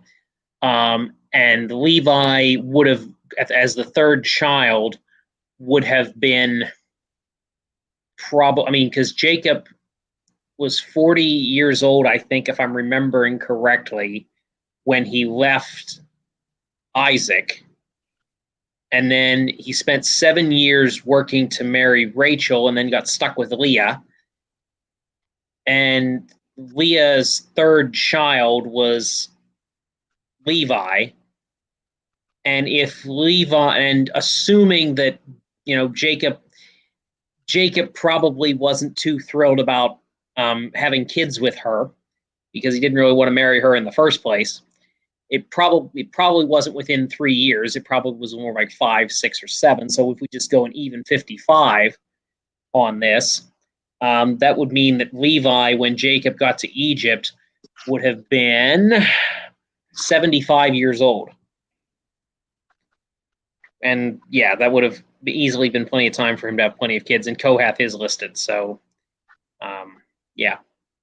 So I don't know. Like, again, I'm not a chronologist. I'm just working numbers off the top of my head. So right. So basically, the dude's argument was that the Bibles that we have, the Old Testaments that we use to translate our Bibles, that text it can't be right. It's impossible for them to have lived in Egypt only for 430 years. Now, the other text that he that he references, which is the one that he believes is the correct version.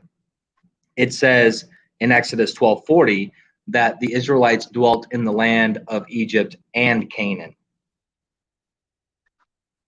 Yeah, I mean that's reasonable, because if we're starting the clock with Abraham, that would have to include that. But just because, okay, so just because the way it's translated, let me see how that's translated in Exodus 12, really quick, because I'm sorry, I'm trying to keep up with everything else. Yeah, I checked the ESV and the NIV, and it clearly states that they lived in Egypt for 430 years. Both ESV and NIV. The King James. Okay, I see what you're. Then you have to define Egypt, because Egypt actually included the whole area. Okay, you've got that problem, but you've also got, if the way it's translated in the King James is sojourn, which sojourn isn't quite the same as lived. Right. Let me see what the Hebrew word means. Journeying. Well, no, sojourn means to stay, like as a guest type of thing. Let me see that the word used is moshab, which I'm probably butchering because I don't speak Hebrew. It's a place or an abode or a place where you dwell in for a period of time. So it doesn't, the way it's worded there, it doesn't necessarily have to be there the entire time. I'm not sure you get 430. The thing is, I'm not sure you get 430 years even if you just count Abraham's first visit. Because what did you come up with? Longest number for when you're in your math? The math you did. What? Kohath to Moses was a total of 300. Or Kohath to Moses being 800 or 80 years old was a total of 350. Max. Okay, so you would have no trouble getting 430 years out of the time to Abraham, because right, Abraham was, that would have been no problem at all. That's no problem at all at that point. See, the thing is that what the other text says isn't wrong. Like, it's not factually incorrect. It's just not what the scripture that we've held to says. It's not understood. Yeah, I'm hesitant to get too far into this because it's not my channel, but yeah. So, well, okay. So the reason, one of the reasons I brought it up is because it happened to me today, and two, it's because you guys were talking about going to college and then getting badgered by professors, just railing on you and showing you all the problems with the Bible and how science says that it's wrong and all these things. And, I just thought it was a good opportunity to bring up an example of, hey, look, this is a challenging thing, and show that it can be resolved so that others can say, okay, when somebody brings up something that sounds like it's unassailable, it's not necessarily the case. Yeah. I'm going to walk away from the mic for 30 seconds because I have a wonderful resource that I want to pull out just real quick, but it's not within arm's reach, so I'll be right back. Yeah, my dad was talking to me about that problem a few years back. Exodus 12:40? Yeah, the numbering, the 400 years or whatever it was. Oh, cool. What'd he say?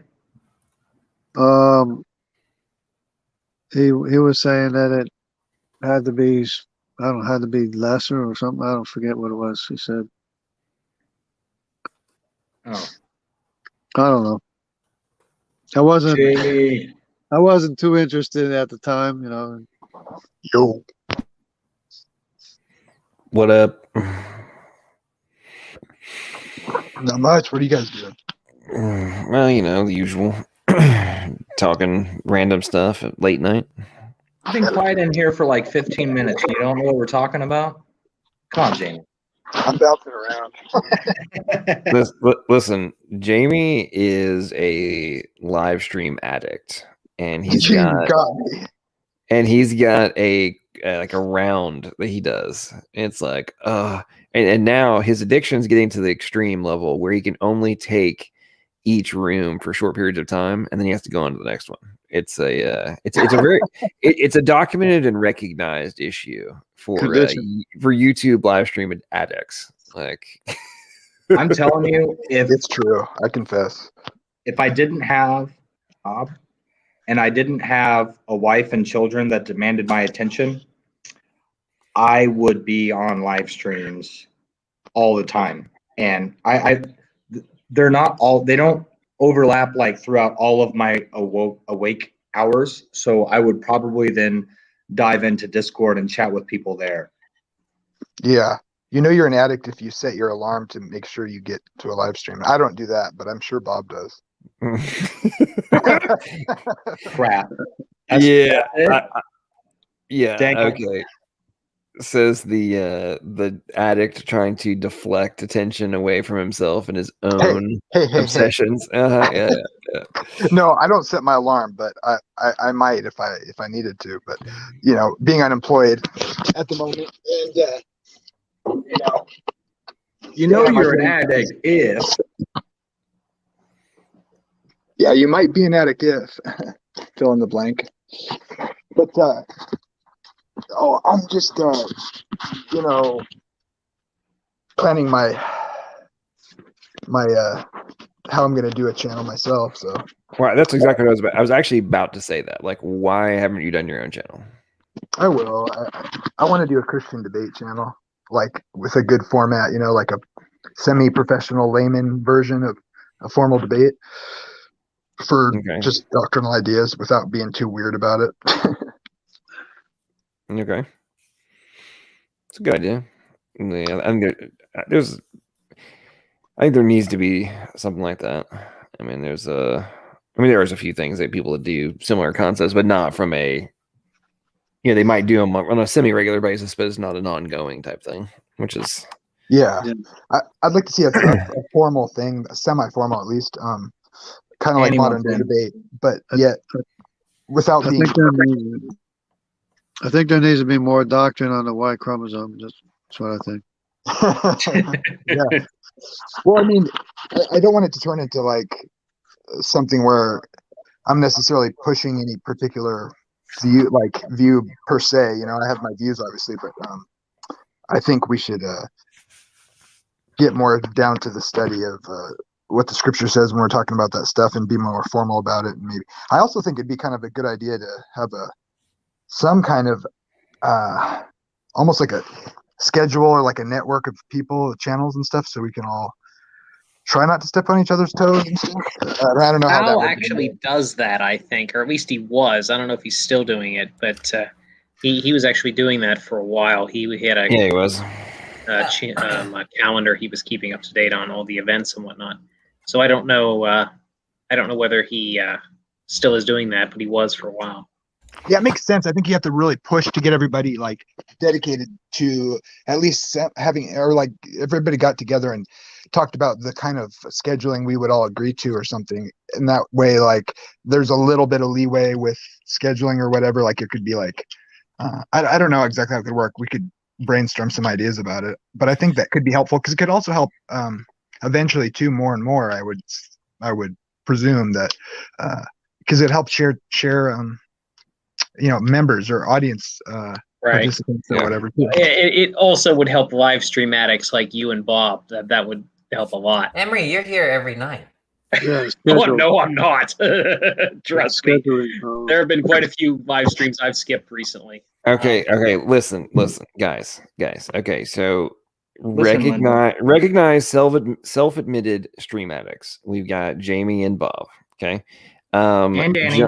So Emery, hang on, I'm not done yet. Emery is in denial.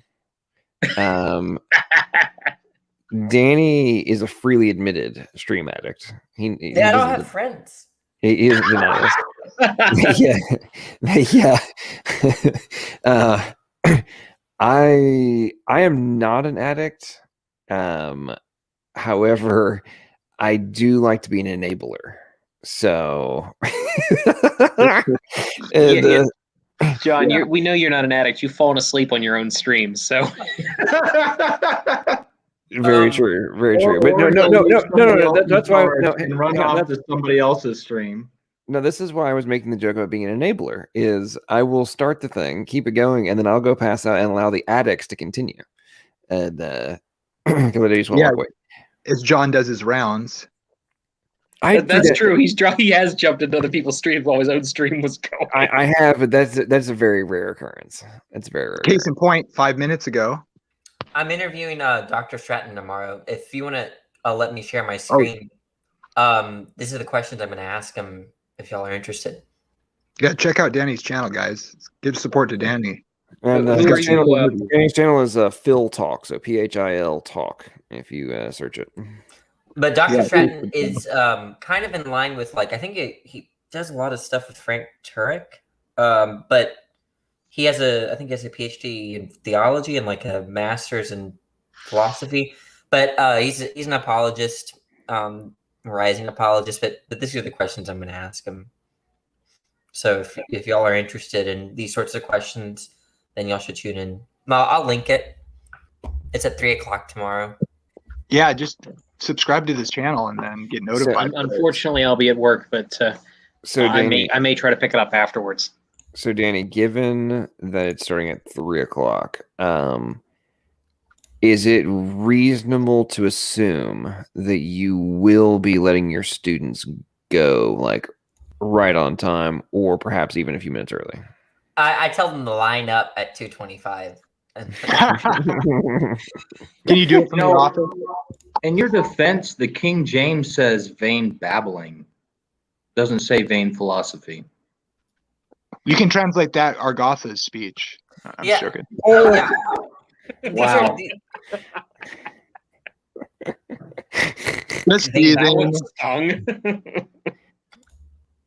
But ching. And then speaking back to our addictions though, and then we have, I don't think Jungle is necessarily a stream addict, but I would say that he is heavily dosed up on Y chromosome. Obviously, given that he can remember them off the top of his head. So in line with that, Jungle may be the most hardcore addict of all of us, because the rest of us can't really remember most of the BS that comes out of our mouths. Jungle is like memorizing hardcore like data points and ancestry trees and corollaries between population groups. Yeah, Jungle's an OG, official OG. I think that's what I call people like Jungle or like Neff or like I think Neff's got me topped with that. He got with details and facts and stuff, figures. Yeah, Neff does have quite the he has quite the arsenal. There's no doubt about that. To be fair, Jungle, he has been doing it a lot longer than you have. About the same. All right, his channel's been around for a long time. Mine too, and I had a channel before. Oh, okay, okay. I did not know about that. Okay, I bet. But Jungle Jargon's been around 8 years. Wow. Yeah, I did not realize that channel had been around that long. Some old videos that are like Google Hangout stuff, and like, oh my God, it's Jungle's in there. Look at that. Yeah. He's riding under the radar. Hey, so listen, Emery, it was before your time, bro. Okay. You just don't it's before your time. You remember, you're all trying to pin my age down, so it probably was before my time. That's what I'm saying. There's a very high probability it's before your time. Yeah, you have to be old enough to remember 9/11. Oh, I'm old enough to remember that. I watched it happen on live TV as a kid. I remember that. Okay, guys. So he just designated that he was a kid. So he didn't he didn't view himself as he would have said kid if he was. I'm gonna guess 9. He was born in 93. If he was in high school, he probably wouldn't have called himself a kid in that context. So to be fair, I refer to myself completely before college as a kid. So that doesn't really help that much. Okay. So now that was a attempted misdirection right there. Yeah, I heard that too. Yeah, I'm going with middle school at that point. Yeah, I'm going with 2nd or 3rd grade. 2nd or 3rd? Nah, I don't think he was that young. Not that young. I'm going fifth or sixth grade, somewhere around there. Because I went home and the kids were just getting out of school and they didn't even know about it in New Jersey. The teachers didn't even tell them, and they were looking at the newsstand. They said, "Oh, look at the Twin Towers fell down." I said, "Yeah." Yeah, I watched it live in my first period class in my junior year in high school. Okay, so you I saw it live. I saw it with my eyes. Oh wow! Yeah, so Yeah. you're in Jersey, right across the river. Yeah. Yeah, I graduated in 02. Yeah, same here. Auburn. Yes, we're the same. We're the same Really? age. 02? You Yeah. graduated 02 also? Oh, Yeah. that's funny. So are you 36? I'm 37. I'll be 37. Oh no, wait. No, I'm not. I'm 37. Okay, so you know you're getting older when You start keeping track, right? Yeah. I don't want to keep track anymore, man. 30, 37. October 83. Okay, so you're a little older than me. Yeah. I was born. I'm 84. Yeah, the good old days. I tell you, I gotta say, I think it was very. It's like, profound. I was born in 84. I think it's an epic year. Good stuff happened, but then it's also going to be like it's the. Obviously the book, and I think I'm going to live through the apocalypse. It's going to be weird, but no. Going back to I was actually on a military base in England when all that went down, and third Air Force headquarters. And man, I tell you what, that place went into hardcore freaking lockdown.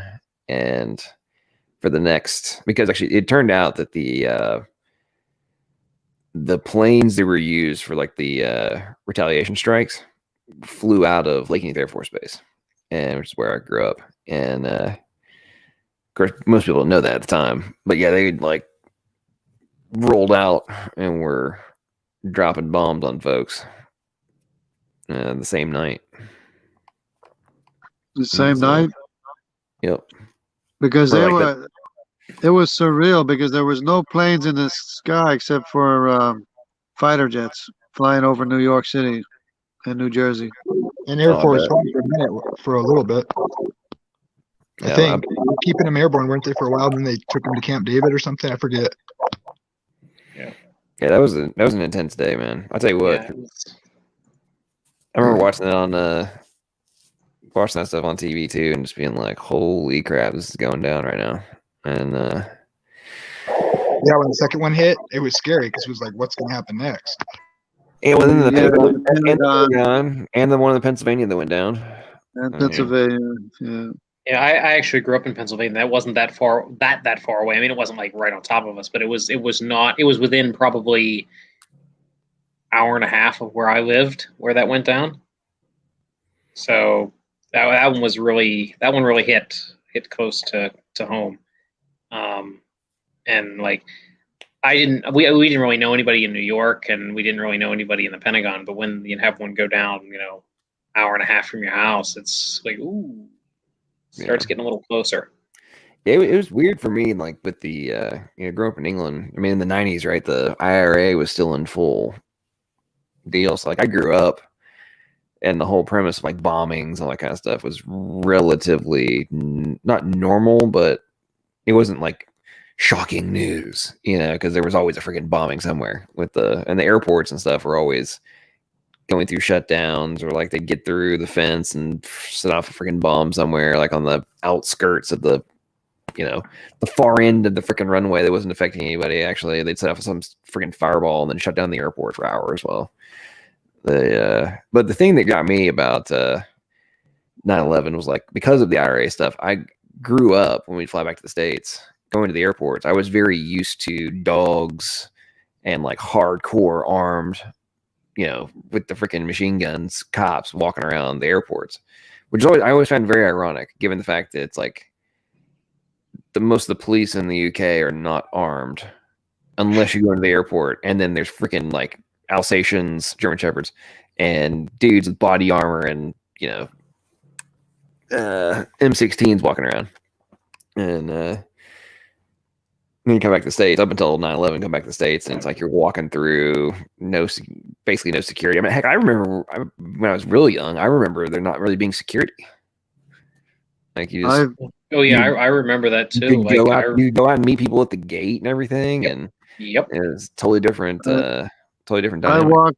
I walked through German train stations with an M60, M16s, and like 3 or 4 other people, and with people harassing us.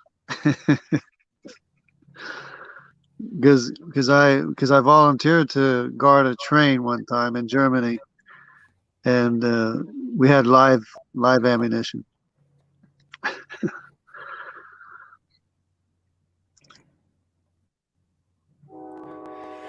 So Slam, I don't know if I'm really having a problem with him per se.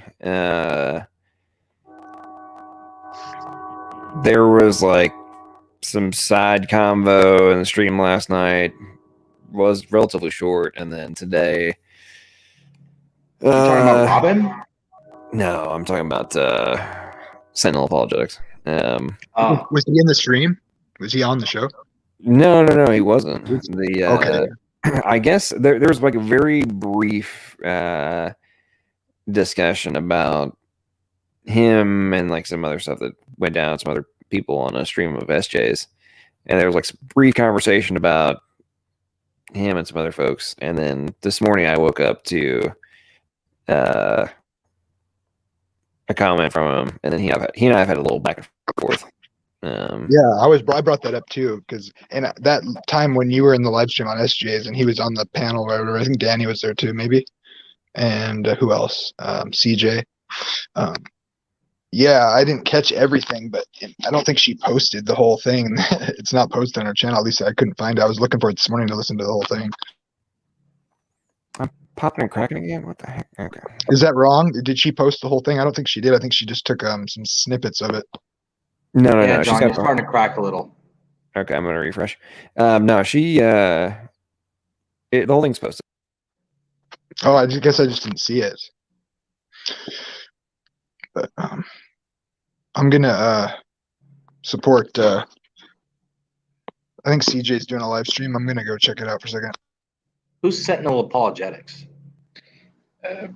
He's an old Earth apologist. He tends to feature people like Hugh Ross, and maybe I don't know if he's TE or if he's just old Earth. He has a very aggressive style that kind of matches John's aggressive style. So I'd actually kind of like to see them debate because I think they kill each other. Wait, what's TE? Theistic evolutionist. Yeah, he's a TE. I talked to him yesterday because he said, "I don't know what your problem is with me." I'm like, because I think I said yesterday something like, I had to turn him off. And then I asked, like, is he respected around here? And then he messaged me on my channel and said, hey, we probably agree more. And then he said something like, but you know, we're still brothers in Christ or something like that. I'm like, oh, this is a confusion, right? In for a rude awakening. But no, I'd actually kind of like to see him and John debate because I think they'd kill each other. But other than that, like he's pretty aggressive. I think he modded a debate. Did he? Japanese fighting fish in a tank. Siamese fighting fish, beta splendens. But sorry, nerd moment. Anyway, but he's pretty aggressive style. So the one good thing though is he has the Hugh Ross Jason Lyle debate posted on his channel. Which is well worth a watch. I think that's where if some of you may not have seen it, but there's a clip from Lyle where basically the moderator was Frank Turek, and Turek asked, at the end of the debate, he asked Ross, hey, can you give some books that support your position? And Ross listed off a couple of books that he wrote. Then he asked Lyle the same question, and Lyle just kind of smirked and held up a Bible. Ha! Awesome. It's one of the funniest clips on YouTube. In the debate because it's just I remember that. Yeah, kind of smirks and holds his Bible up, and so. But yeah, that it is one of the funnier. But that's those debates. Was Jesus descended from Adam or not? Are you going to throw out Luke? See, Ross actually thinks Adam's a real person. Oh, okay. Yeah, it's a weird, but he doesn't. But the thing is with Ross, he doesn't. Ross thinks Adam's a real person, but he thinks that there were pre-existing soulless humans. Soulless humans? Yes. Yeah, and he doesn't believe in the flood. Well, he believes in the flood. He just doesn't believe it was a global event. He'll say something like it was a universal event because it flooded Noah's universe. The local valley that he. Well, that's not the real flood. No, it's not the real flood. It's just like Calvinists. They come at the text with a presupposition. They know something beforehand before they go to the Bible, and then they know that this thing they know beforehand is true and must be true. And when they go to the Bible and it says stuff that doesn't unite with what they previously believed, they say, okay, it can't mean what it's saying. Unfortunately, that is true of a lot of the old Earth advocates, and the TEs especially. They will now Ross, which I find this claim I find hilarious. Ross actually claims that when he read the Bible, the first thing he thought was old Earth, and I think he's probably, if that's true, he's the only person ever to exist on planet Earth who has thought that. He's lying. He's bald-faced lying. Well, I'm hesitant to call him a liar because I can't read his thoughts. I will call him a liar on other stuff that he says, but not on that. I don't think he's telling the truth. But okay. Again, I'll be fair. He's either bald-faced lying or he's a complete idiot. I will accept the latter. And the thing is, he's not a complete idiot. He's actually a very smart guy. The problem is he's very much willing to concede certain areas of the scriptures in order to hang on to what the world is telling him about the age of the earth. Now, I will say this much. He's just as strongly opposed to evolution as we are. Let me back up. I think there's a case in which he could have read the Bible and come up with the conclusion of old earth the first time he read the Bible if he was taught old earth before he read the Bible, which was my original point.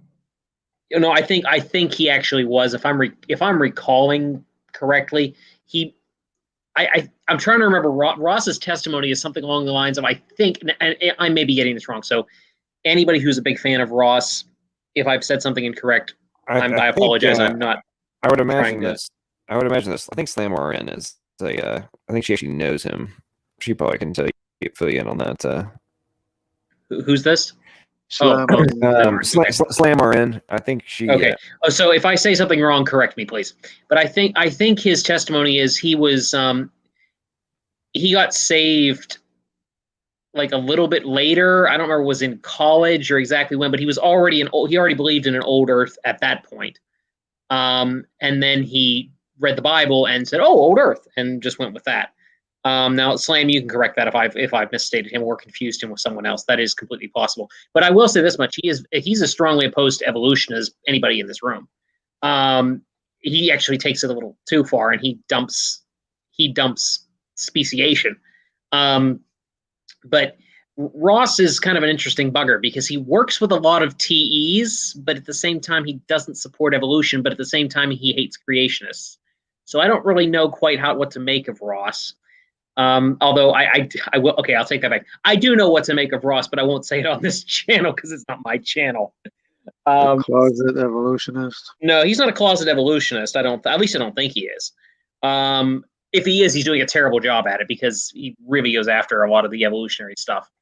But at the same time, I do have some very strong opinions on Ross, particularly with how he. Some of the things that he has said to defend his particular view, because he doesn't think Neanderthals were human.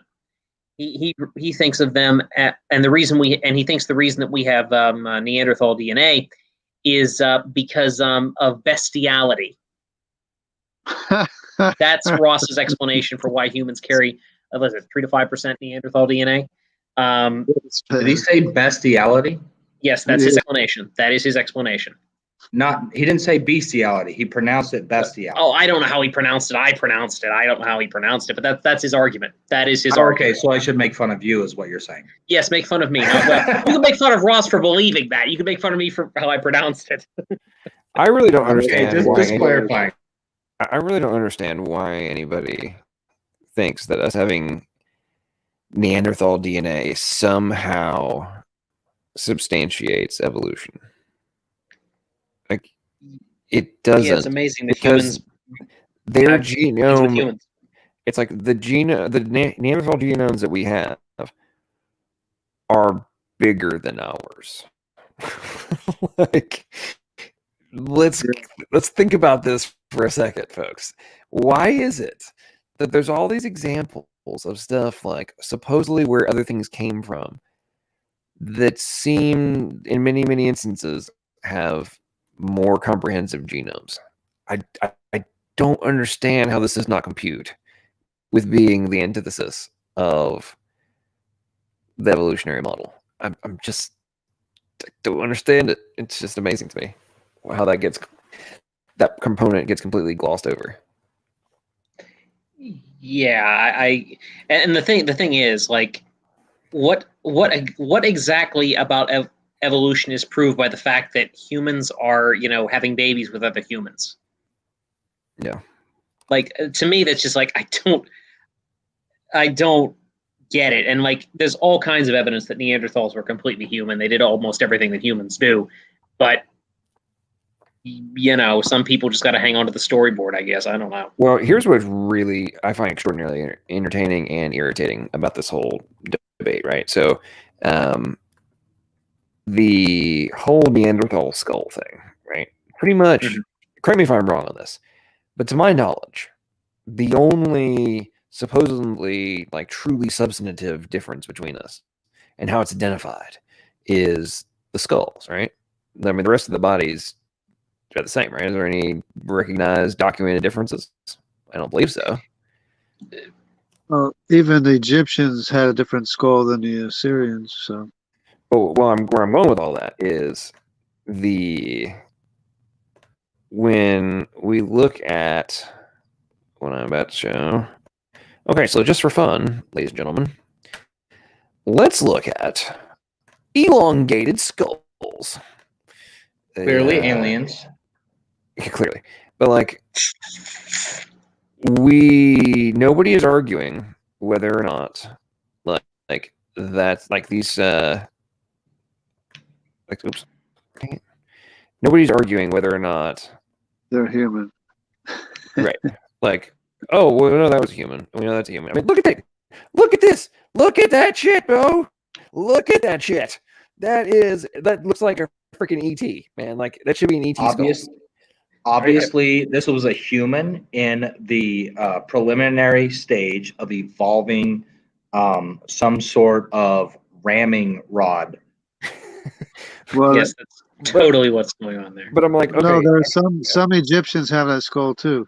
No, some of the pharaohs. But my point is that nobody is arguing whether or not that's human.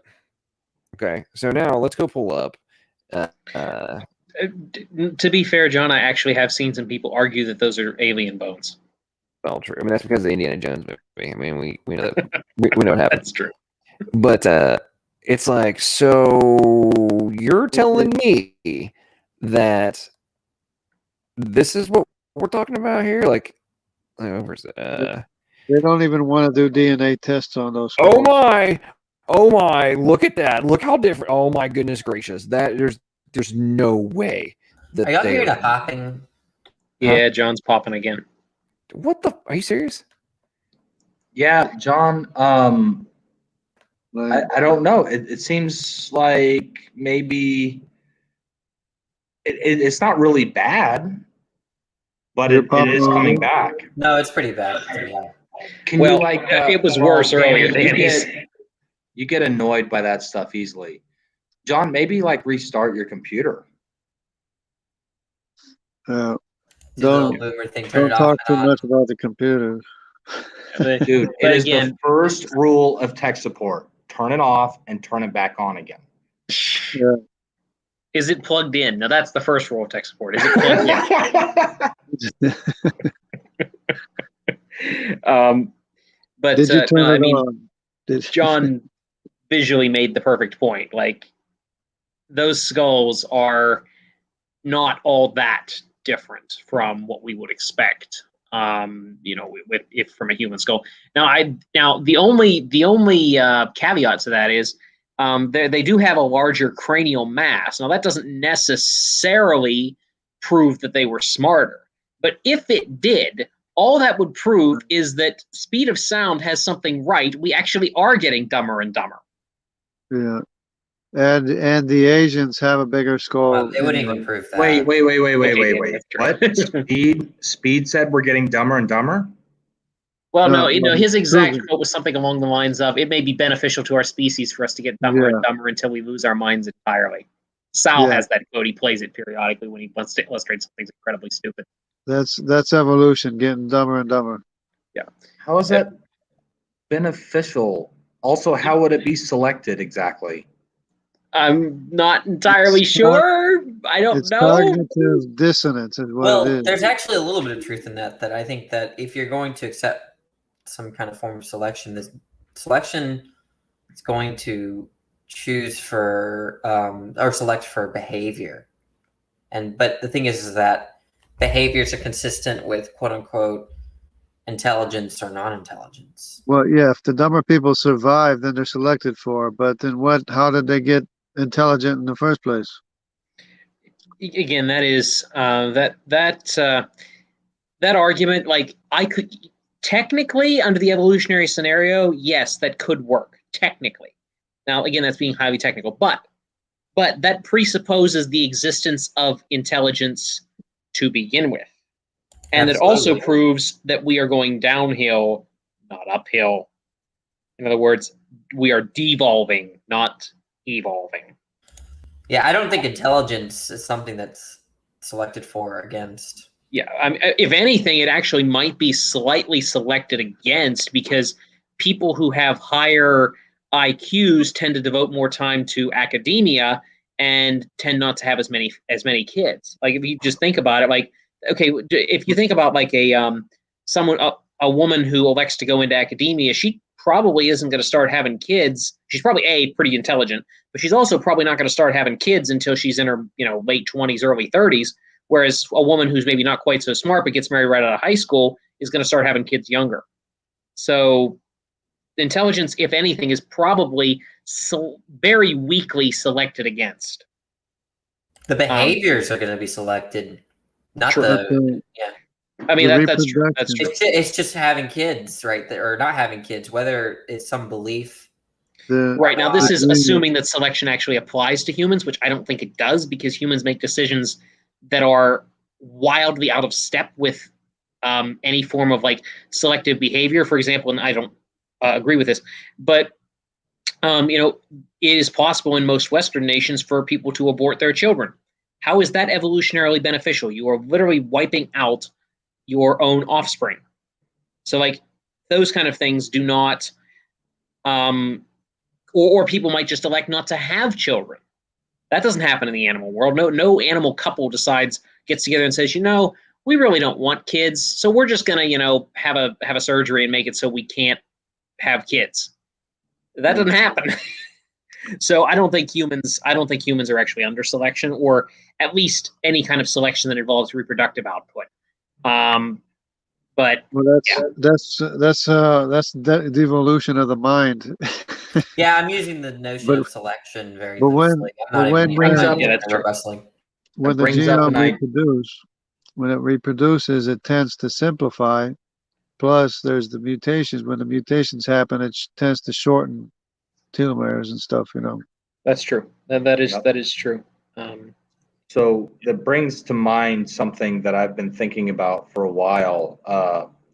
Christians, if you are married, you should have as many kids as you possibly can and raise them in the Lord. Yes. I'm not going to disagree with that, because I think that's what the Muslims are doing. I mean, exactly. Well, I wouldn't do it for that reason. I would do it because I think that children are a blessing from the Lord, and I think the Bible teaches that someone who has a lot of kids is someone who is very blessed. So I don't think that's necessarily a command, but I think it's something that is beneficial. And if you have the ability to have children, then certainly it's. Now, obviously, not everybody can. I'm not I'm not going to make a command out of that because some people are infertile. Some people have financial situations where they can't have a lot of children. So, Right. I'm not making a law on this, but Some I do people are think older. that, yeah. I mean, and some people just aren't married. Like I'm not married. I can't really go out and I could, but I'd be violating other laws at that point. So that's fair. But I was making a generalistic statement. right. No, I know you were, but I'm carefully making sure that everybody listening understands that it's a general statement. Right, The and I'm idea fully is to backing have a up and family. saying that what you're saying is what I meant. Yeah. The idea is to have a family, like what Bob was saying, and to raise them right. That's what the idea is. Yep. And I mean, Train a child in the way that he should go, and when he grows old, he will not depart from it. Into that. But now this is not to discount the fact that each child has to make, you can't, there's no guarantees. There's no magic wand you can wave guarantees that if you have a kid that they're not going to, end up doing something really wicked or something like that. But it is a good maxim because it generally is, it's a good general maxim. Well, yeah, for the society's sake. Yeah. So, but anyway, John, do we have audio, or are we still trying to get that figured out? It does make a difference. I've got audio. I don't know if it's still messing up or not. Sounds good.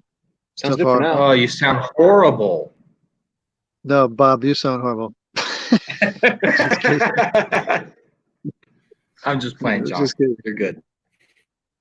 I don't understand why this keeps happening. This is very obnoxious.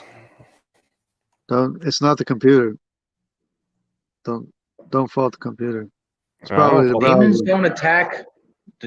don't attack anything they don't have to worry about. Yeah. Just a thought. So. Demon? Well, hang on. What were you guys talking about while I was gone? Demons attack computers? What was that? I've heard the saying that the devil isn't in the details; he's in the technology. So. Devil's in the definitions. Also, John was being scratchy again. John, talk. No. I've been on mute, bro. It wasn't me. You said no. He sounds okay to me. So hopefully he stays that way. Fingers crossed. Man, so I gotta say that the stream last night with Randolph, or the portion of it with Randolph, was extraordinarily fascinating to me. With Robin? The level, yeah, that whole interaction. I mean, the level of denial is so epic. I don't even know how to approach it. Yeah, it's amazing to me. Oh, I don't know about that. Yeah. He didn't know about anything. Yeah, I actually went to bed because I knew where that was going, and I'm like, I'm too tired to deal with that tonight. But yeah, so yeah. Some people are just happy in their self-deception. It's just unfortunate. So, yeah. And Cheryl, I think you've just made LPP ready to throw his mic through the window. Yeah, I was going to say check the battery in your mic, but it might, if it's a USB mic, that's not even viable. But yeah, so is your mic wired? I think right now John is busy drowning it in the nearest sink or something. Okay, so here's the thing. Like I've seen some people. Have you ever seen Christ Forgiveness? His channel. I don't get into too many of the theology channels. It's not a theology channel, really. It's just a straight preacher. It's interesting to watch him preach on the street in Canada and see all the nutbags. In Canada, how has he not gone to jail? He did. Oh, he did. And then he won, and they let him out. It was awesome. Well, except the fact that he got thrown in the first place because he was There was like a bunch of there was like an LGBT parade or whatever. Oh, I may at have one seen this street. video. I may have And seen he this went video. and he went there and he preached, and he didn't say anything about being gay is wrong or anything like that. He was just preaching Jesus and his love and what he did. And they surrounded him and they were like, you know, knocking down his stuff, trying to take his speaker and everything. They just hate him. And he wasn't speaking against what they were doing. He was just speaking that Jesus came to save them. And then the cop showed up and he was like, well, I don't have to leave because reasons. I don't remember the exact Legal reasons, I'm sure. But yeah. And then they arrested him and took him to jail. And then they let him out like the next day or whatever. And eventually they dropped the charges. yeah, it doesn't surprise me. Like they, unfortunately, like a lot of these, a lot of these major cities are starting to wield the law as a club against Christianity. David Lynn. Yeah, David Lynn. Matt, you got it. That's who I'm talking about. Pigs Can Fly knows them too. But yeah, you're right. A lot of these major municipalities are wielding the law more as a club than as any form of justice. And I mean, we saw some of that over the summer too. But it is unfortunate. I mean, fortunately, the pastor that was in jail in Canada for having his church open, I don't know if folks knew about that. He is back out and he did preach yet. It was yesterday, on Sunday, but basically, apparently the health department and the Royal Canadian Mounted Police actually showed up during the service, and the people inside the church refused to let him in. So he may well end up going back to jail. It sounds like they're going to put the pressure on pretty hard. So unfortunately, we're in a position right now where a lot of the governments really do not want to acknowledge Christ as Lord, and they do not want anyone to tell them that Christ is Lord. So, yeah. Anyway, they hate him. Yeah, Romans 1. They do. That's true. That's true. So, yeah. Yeah, I mean, the more interactions I have, in my personal experience, just living my life, I've only met a couple.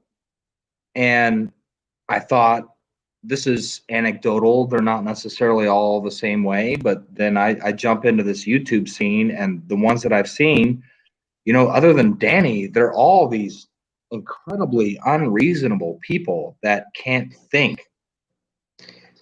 I'd give a little bit wider berth than just Danny, but you're right. A lot of the, but the thing is, part of it is the squeaky wheel gets the grease, right?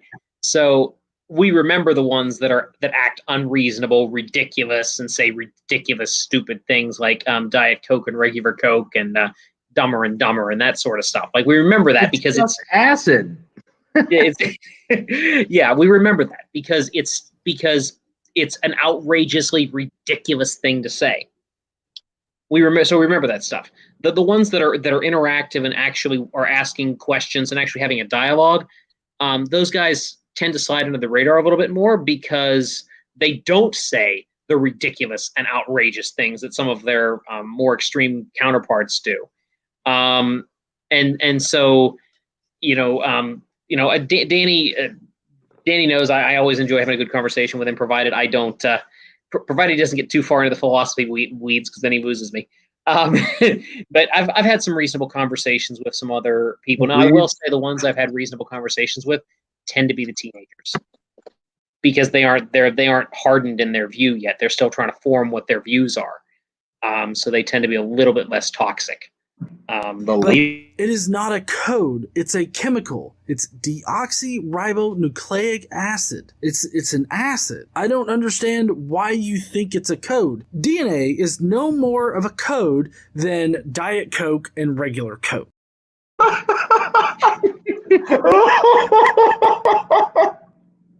The intricacies of our DNA code. Are you concluding that the equivalent of Google, Facebook, Twitter, Snapchat, and everything else could come into existence by chance without an intelligent designer? I suspect so, but again, that's an origins or bust question, which is not what I was asked to discuss. Never gets old. Never. Can't make it up, folks. You can't make it up. But again, those guys are the ones that get all the attention because they say ridiculous stuff. But so the ones that are a little more reasonable tend not to get maybe as much attention because they are so reasonable, because they're a little more reasonable, a little more open to discussion. Well, I had somebody tell me today that they explained the biogenesis to me already. If they have, I would very, very much like to see them go get their Nobel Prize for explaining it. We can flip that argument back on them. So what I want to know is how Danny feels about whether or not normalcy in any way, shape, form, or fashion is the commonality in specifically YouTube atheists, or if the majority are complete nut jobs. There are very few that I respect, and the ones that I respect on YouTube only really have. Well, I should be careful about what I say, but there are only. So I come from. Can you name Discord. one? Yeah. Like I think Leo Filius, and okay. But like there are a handful of people that I respect. Most people, I don't really. There's like no hope for, but I just come from Discord, where like that's where all the philosophically minded people are. There's really, according to them, like there's really no one good on YouTube, especially on the atheist side. So okay, hang on. So are you suggesting that Discord is not more weird than YouTube? No, you're right. There are servers on Discord. I'm saying that there's a specific community. There is all of the most philosophically minded people that we know of on the internet that's active on debates and all the stuff are part of this one kind of community on Discord. Now, there are other communities on Discord that are probably worse than most YouTube communities, sure. But I'm saying that like all the philosophically minded atheists are mostly in this one community on Discord. And there's just no one that we see on YouTube that really has our, I guess, listening ears, like, but everybody that's interested in what we're interested in is already part of our community, usually, if they know about us in Discord, on YouTube. Gotcha.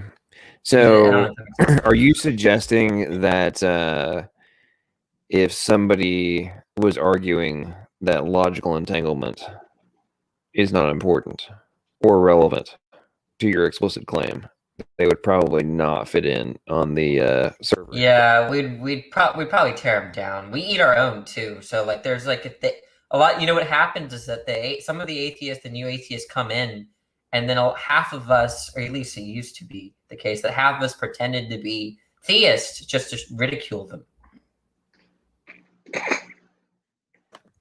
So you channeled, you channeled your inner theist in order to vilify and eviscerate the new atheist. Is that correct? Yeah, at least on those servers. Now it's kind of getting old, but one of the ones that was most notorious for that was Godless Girl, right? She would pretend to be a presuppositionalist, and just there was this routine on an old server called Krillism where we'd get some new atheist online or from Reddit or wherever, bring them in, and then run presup on them. I mean, it was just like it was. I think it was called the Debate Coliseum, right? I think that's what we called it. But yeah, we don't. Also, go ahead. The problem with presup is I think most people don't have the capacity, whether from intelligence or an educational level, to grasp the implications of it. Well, That was a very, very arrogant and superiority complex statement there, Bob. Well, it's just from my experience that whenever somebody tries to run the argumentation by somebody, they tend to act like they just don't get what the dude is trying to say. Oh no, trust me, I completely agree with you. I was messing with you on that one. That's that's case in point with every Darth Dawkins on MDD debate. I feel sorry for Leo too, because Leo has a few times tried to participate in our community and he gets instant muted. Instant muted. And I feel bad for James. James. I don't know his last name. MDD, Modern Day Debate. Every time he gets Darth Dawkins on his channel, Darth Dawkins eventually starts lashing out at James for not getting him a good enough interlocutor. And I'm like, Darth, dude, there's not a good one. Well, look, listen. In fairness to Darth, after the freaking the Monkey King or the Frog King guy, yeah, I would be pissed off at James too. That dude was like all about the frog. It was the frog god or something, and like he was smoking frog poison, and it was like, yeah, that was a complete another idiotville. Like, I don't know how many atheists are out there. How many atheists are out there that are willing to speak publicly? A lot. Yeah, there's quite a few. The issue is most of them make their living on the and not this isn't all of them, but there's most of them make their living on the internet solely by mockery rather than actually making intellectual arguments. And yet I can't get one of them to have a discussion with me for the longest time. I don't know. I think the last one I talked to was Speed of Sound, or somebody. Well, in fairness to Matt Dillahunty, he does have Otangelo and the sock accounts of Otangelo to man. Yeah, I love Otangelo so much. His sock account interrogation of Matt Dillahunty the other day, that was hilarious.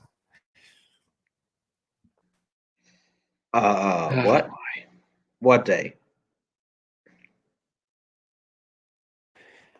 So Otangelo used one of his aliases to email Matt Dillahunty and like basically give him all these questions and pop, and Dillahunty's response was dumb. Oh, is this what we looked at last night? Yeah. Oh, okay, yeah. Yeah, it was dumb. It was like he just reiterated his claim and didn't provide evidence.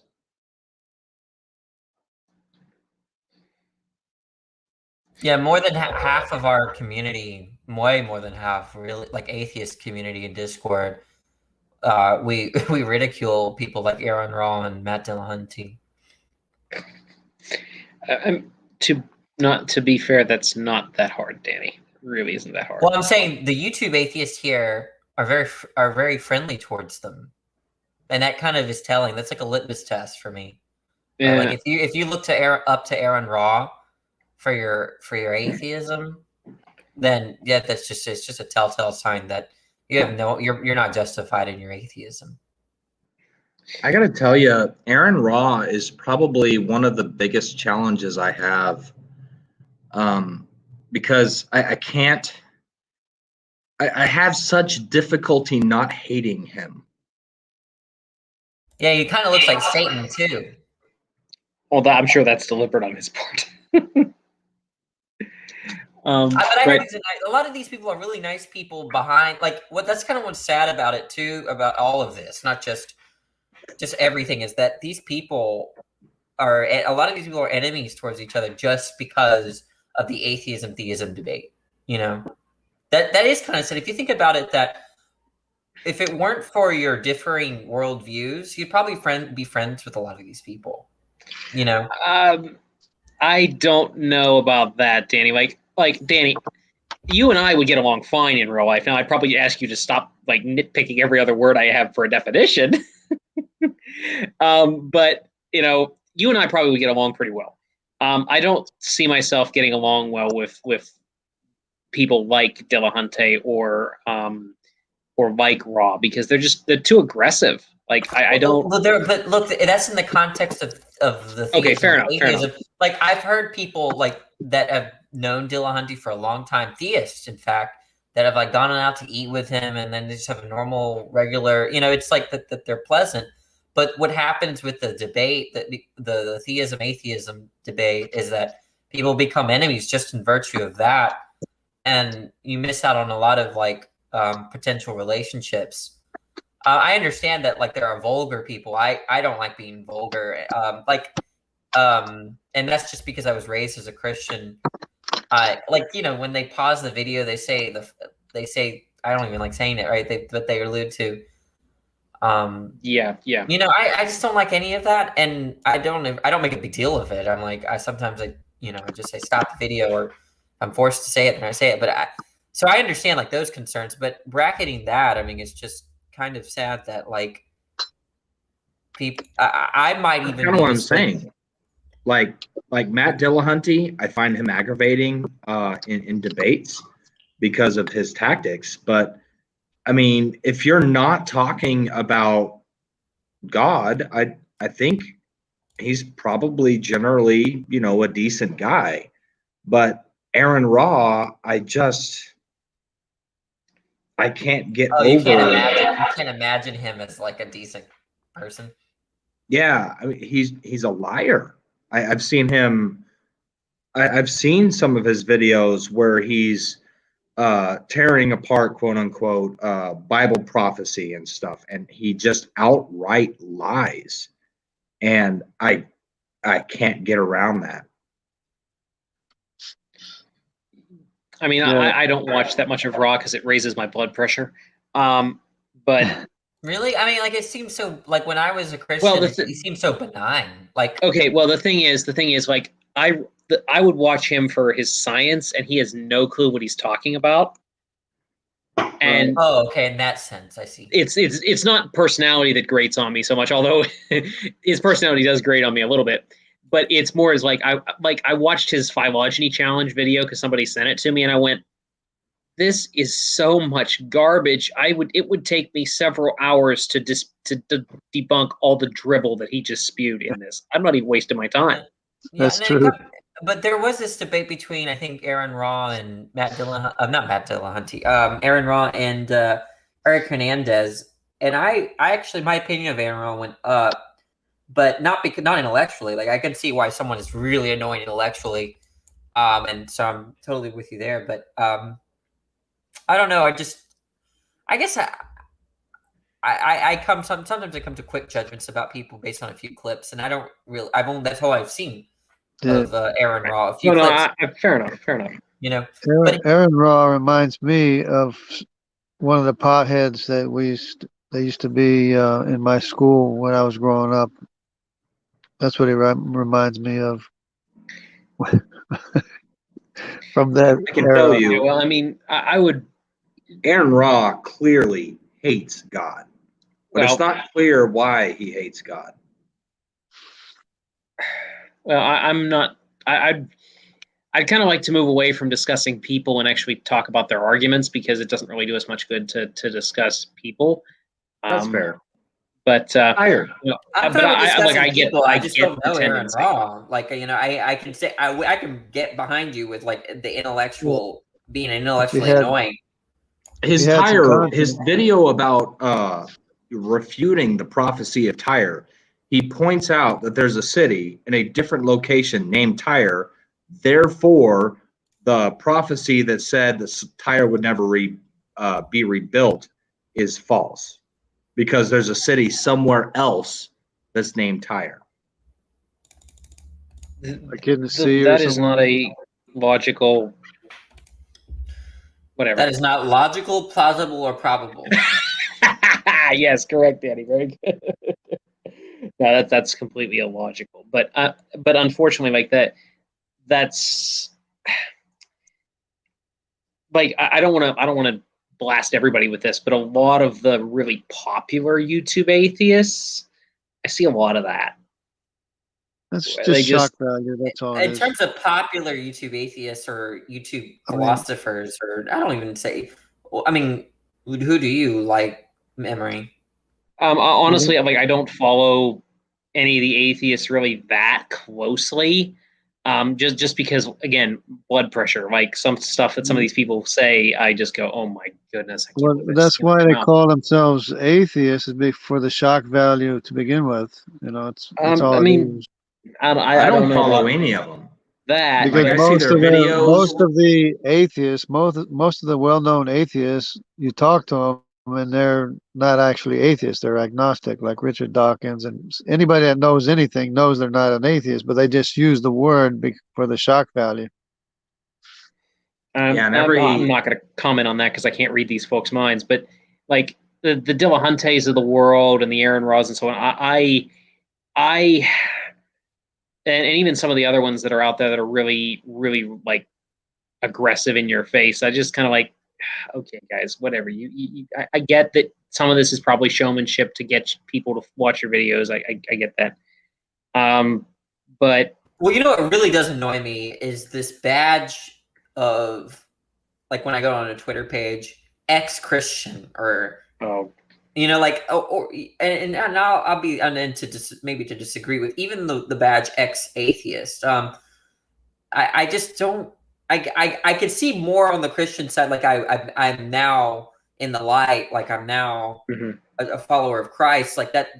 There's a transition there that seems to be, like, on a plain reading of the Bible, it seems to be something that should be applauded. But I just don't get the. I wonder what the motivation is for atheists, that other than to, like, get clicks or popularity, to say, like, yeah, I'm an ex-Christian. Yeah, like, street cred, maybe. Is it just me? Like, I don't understand it. Right? I mean, that's the last thing I'm going to put on my bio, ex-Christian. You know. Right. I don't. I mean, I guess it's to. I guess it's to. I don't know whether it's to attract attention or whether it's just to, like, encourage other people who are Christians to leave. I don't know. But I do want to. Praise just dropped something in the chat, and I want to talk about it if you all don't mind. And even if you don't, I'm going to talk over you. I'm just kidding. I'm reading it right now. Yeah. This dropped today. And I'm going to give you all a sneak peek because I'm going to be writing on this eventually. It won't probably be this week because I've got a biostats test at the end of the week. But I am going to write on this. And basically, they're arguing that they've created a perfectly self-replicating synthetic cell. Now, if you watch the James Tour videos, you know they didn't actually create a synthetic cell. So here's what they actually did. If you read down a little bit, and I'm not even sure if this particular one is the okay. So it does talk about this, but you have to go down through a bunch of paragraphs and a video to get to where they actually tell you what these people did. So what they did was they took the cell of a bacterium, Mycoplasma genitalium, which is a sexually transmitted microbe. And what they did is they took out its DNA and they basically stripped the DNA down and put a artificial DNA, which they'd engineered from existing DNA, into the cell using the genes that were necessary for it to do what it needs to do. Problem is, they didn't actually create a cell. They put, as James Tour says, it would be like taking a computer chip out of a Ferrari, taking it in the lab, copying the chip, making a new chip, taking some stuff off the chip, sticking it back in the and I think he uses a Corvette, not a Ferrari. But sticking it back in the Corvette and then saying, I made the Corvette. Because that's essentially what they've done here. They have not made anything new. All they've done is strip down an existing cell to the bare bones. That's what I suspected they did. Yeah, that's exactly what they did. That is literally exactly what they did. So, Praise, thank you very much for dropping that in the chat. I appreciate that. But isn't a creation. But this is in no way, shape, or form a synthetic cell. I mean, unless I mean, I guess you could maybe call it a synthetic cell, but the thing is, it was an existing cell that they just swapped the DNA out of. So maybe synthetic, maybe.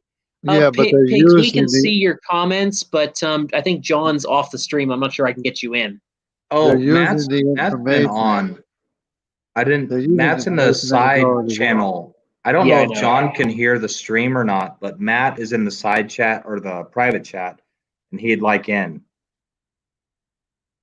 Yeah, if John doesn't come back, we can always shuffle over.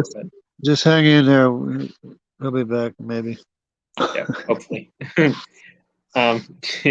is 1:45 in the morning, so John may well be asleep. I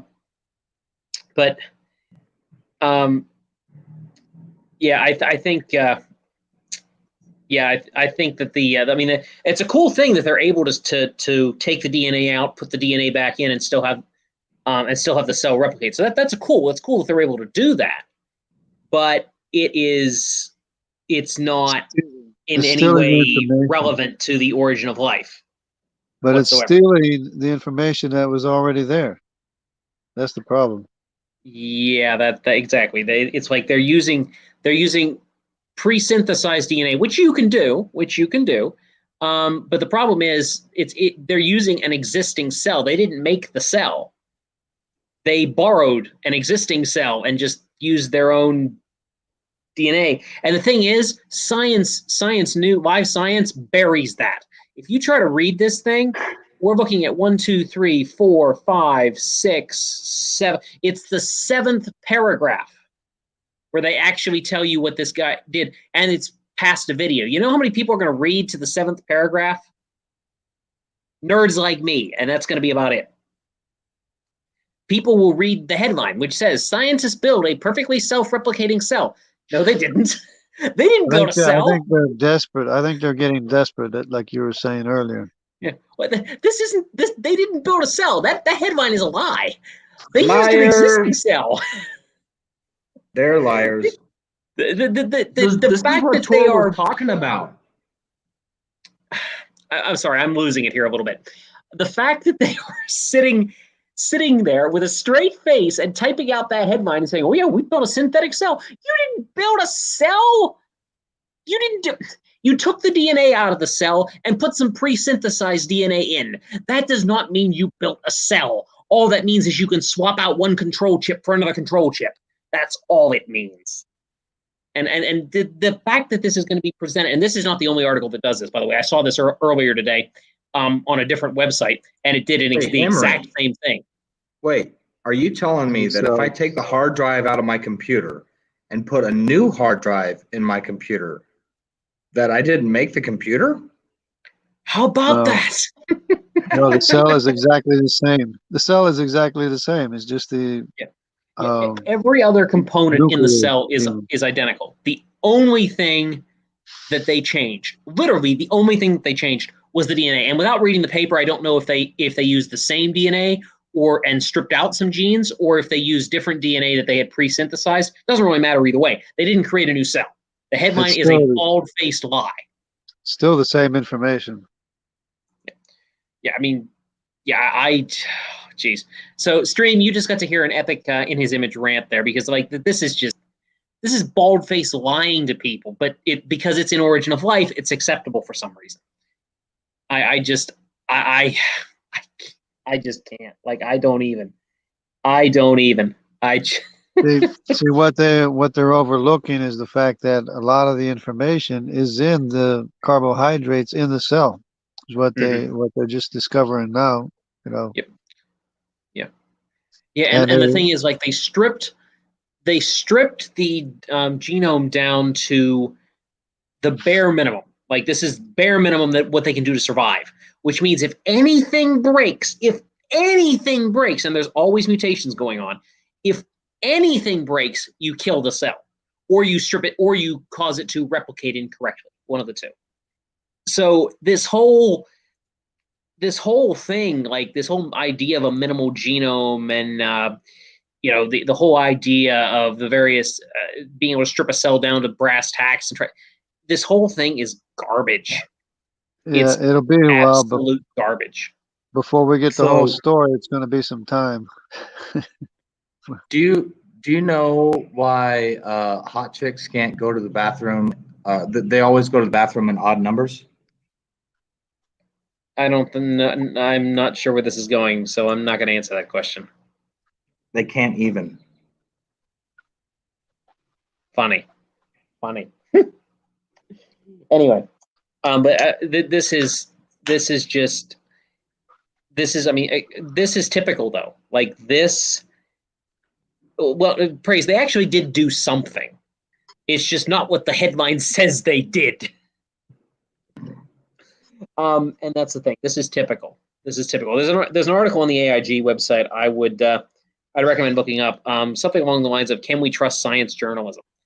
And essentially, somebody on their staff went through and wrote an article detailing all the times where the science journalism that they from the previous year that or whatever was wrong. The stuff that they presented that didn't match the actual papers. But didn't they already do this once already? I think they already. Oh, well, no, did they okay, they did.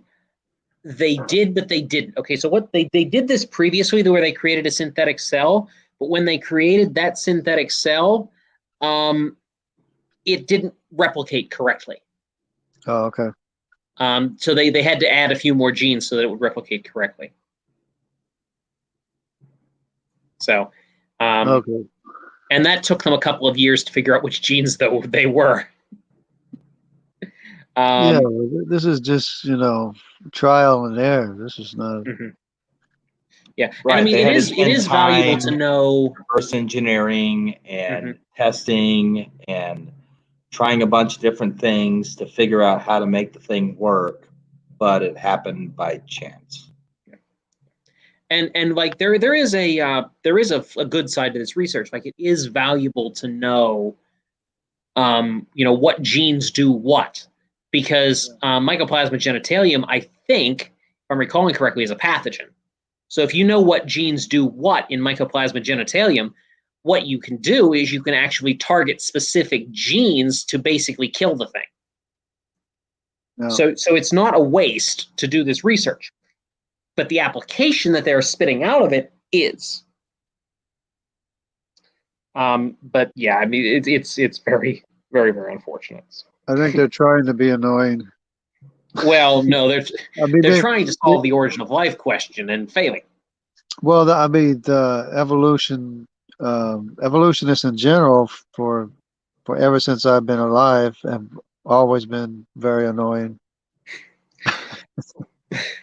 Well, I guess I can understand that because it does get annoying when people aren't telling the. Because they're always making claims that always get disproved. Ever since I was a kid. Yeah, they do tend to make a lot of big claims that don't tend to get backed up quite as well. But anyway. And since there's no evolution, it always will be disproved. Yeah, I mean, they do occasionally say something correct that we just need to change the interpretation of because they've misinterpreted it. Matter of fact, they do that fairly regularly. I have a very, very interesting opinion on that. Bond, this particular study may have been for medical research. I didn't read down, but I was referring specifically to the minimal genome research, which is a lot of that is OOL focused, because it works down to trying to figure out like how small the smallest genome of the original organism could be. So that's a fair point. I may not have made that clear, so thank you for pointing that out. But the thing is that what they're inserting into the cell isn't random order, or it's not. No, it's not just complexity, quote unquote complexity. It's specific ordering that happens to work. That's true. And the thing is, they had to put quite a lot of work into figuring out what that order was. Right, and it's the order that is the problem for abiogenesis and evolution, because abiogenesis needs order that's not there, and so does evolution. Yeah. I don't, at this point, folks, I don't know if John is going to be back. And we've got 2 people in the side chat who are waiting. I know somebody had said something else about starting a stream. So I won't be me. I have to go to bed pretty soon. But if somebody else was going to do that, that would probably be a good time to go set that up, so that, because we got 2 people waiting and we can't let them in. So. Yeah. I only see pigs. Is someone else in? Well, Sal said in the side chat he was in waiting too. I didn't see his chat. So, Well, but yeah, so hopefully, yeah, I think we've got pigs and Sal at the moment, which would be a 5-person because I won't be headed over to wherever the new stream starts because I got to go to bed. But me too. But if somebody else starts one, we'd have a 4 or 5-person panel right off the bat, which wouldn't be too bad. So anyway, so if anybody else wanted to do that, because I know we've got people who want to get in. So John just needs to stop falling asleep during his streams. Oh, he's drying out well, his microphone. Tonight, I don't think he was planning on falling asleep. I think he just got so fed up with his mic, he just decided it was call it night. So, but anyway, so yeah, and anyway, so I think I do need to hit the hay because I have to work in the morning. So I will. Yeah, some people have to work, you know. Yeah. Some of us are, actually gainfully employed. Of course, Danny's got the same problem I do. He has to work in the morning too, but he's probably going to be here till who knows what time because he's an addict. I just woke up. You just woke up. Okay. All right, I'm going to head to the bed, folks. Thank you all very much, and I thank John for letting me join, but I can't really do that. So, thank you all very much for tolerating me and allowing me to go on my little mini rant about science journalism and how terrible it is. So, God bless you, Emery. If have that's your real name, which we know. Funny. Have a great night. Okay. All right. So, anybody want to hear my discoveries in the Y chromosome? If you can explain them in a way that somebody who doesn't remember all of the random letters can understand, sure. Okay, I'll give it a try then. Well, I've already discovered that the 3 sons of Ham, which are Mitzrayim, Cush, and Put, they all have an E3 Y chromosome, but it's not the same E3. It's a different E3 branch. Each one of them. You follow so far? Yeah, they would have to be, right? Because originally when it starts out, obviously the 3 sons of Ham would have virtually identical chromosomes to begin with, right? But it's their descendants that branch out into different trees. A lot of people have a hard time understanding that, including someone last night who was debating Nephilim free last night. But anyways, Cush, one of the sons of Ham, had a son named Nimrod, who was a king in the land of Mesopotamia, which I've already shared, the land of Shinar. He had his kingdom and kingdoms, plural, and descendants, which have to be the CY chromosome. It can't be anybody else, because he's the only son of Cush in Mesopotamia of significance, right? Plus, there's the DY chromosome, which is basically the same thing, like a brother of Cush. I mean, brother of Nimrod. Or maybe son of Cush. And then, so I was looking at the Semitic Y chromosomes, which are F, G, H, I, and J. And we already determined that the J1 is Arabic, the J2 is Judaic, and the I2 and I1 are probably the lost tribes of Israel that went into Europe. So I had to find out who the other Semitic Y chromosomes are. So I'm looking, and it looked to me like the G is the descendants of Asher, which is one of Shem's sons. And I'm looking, and it looked like maybe the Dravidians, which is the HY chromosome, they're descendants of Aram, because some of them said that they were Arabic or whatever, but that's Semitic, So then I have potentially the G and the H, but there was this FY chromosome, the first one, which is supposedly the transition between the Hamites and the Semites, because depending on where you anchor your family tree.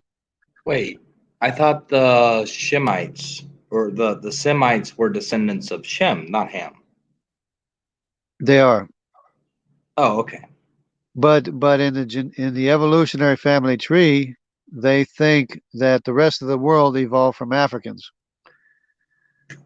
So they anchor the Semitic family tree off of the African family tree, and they anchor the Japhetic family tree off of the Semitic family tree. But in the mitochondria, they do it the opposite. They do it from the African tree. They go to the Japhetic family tree, and then the Semitic family tree. Well, which is basically they branch off at the same time. But anyways, that's another story. It depends on which chart you look at, because it'll be different. Same thing with a Y chromosome. It depends which chart you look at, because sometimes they'll have the Semitic tree branching off from the CY chromosome. But anyways, they don't. It depends where you anchor it, because originally everybody has the same Y chromosome to start out with anyway. So I was looking for the FY chromosome, because that's supposedly the transition, but the only place I found the F was like in Oceania. You know where Oceania is? The Oceania. It's like the islands. So there's a signal of an FY chromosome in Oceania, and I'm thinking, well, how can that be? How can that be the branch off of the rest of us if it's in Oceania? The Pacific Islands or whatever, or the Oceania Islands. So I'm looking for it, and I see traces of FY chromosome here and there, and then finally I found a map where I got a strong signal of an FY chromosome.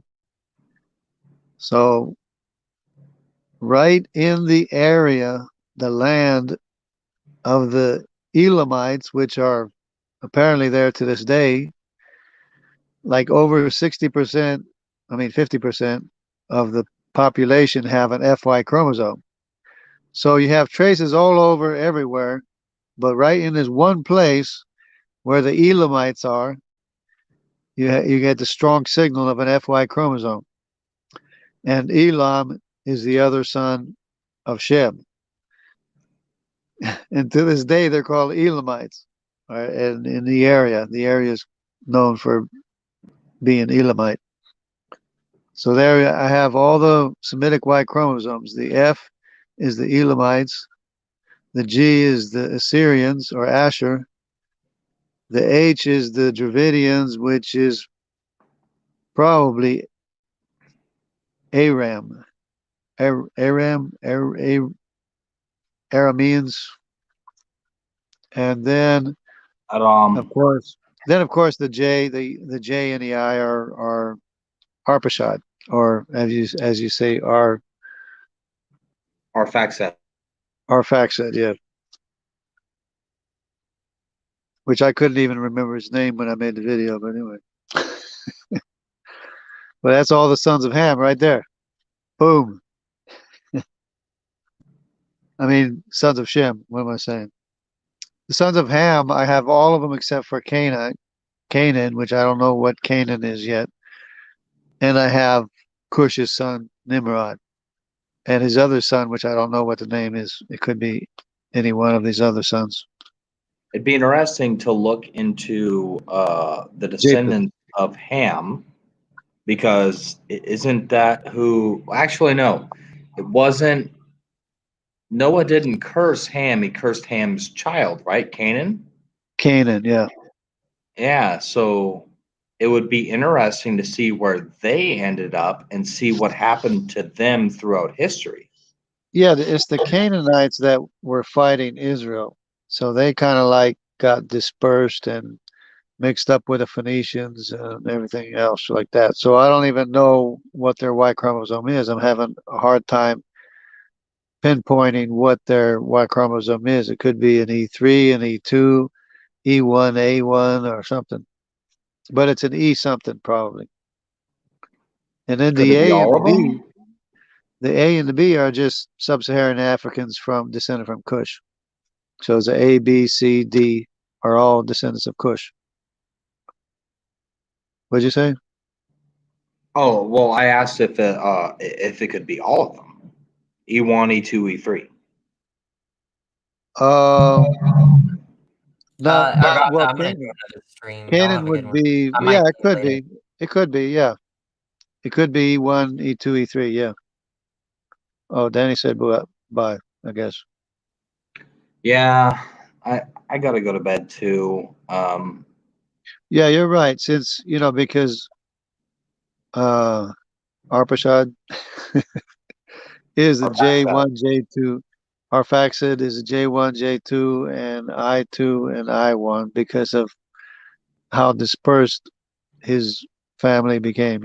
So you're right. Canaan could be E3, E2, and E1, A1 because some of the pharaohs were E1, A1s, and a lot of the people were E1, A1s, including Einstein was an E1, A1 or whatever, was an E1.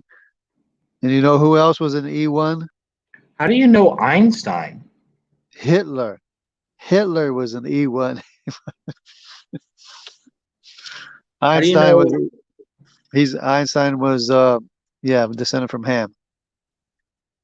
How do you know who Einstein was descended from? Did we have his DNA, or do we They have? they they have his DNA, yeah. Or they have somebody's DNA that determines, yeah, that he's an E1 A1 or E1B or whatever. That's interesting. Yeah, and there's a whole list of people too that famous. Just look up famous people's Y chromosome, and you'll see Einstein's an E1 A1. Hitler is too, which is hilarious. I mean, And tragic and sad and ironic. well, because he made such a big deal about a black man running races in the Olympics in Germany, and he's descended from a Hamite, not necessarily Cushite, but a Hamite. It's really I mean, that's so weird, right?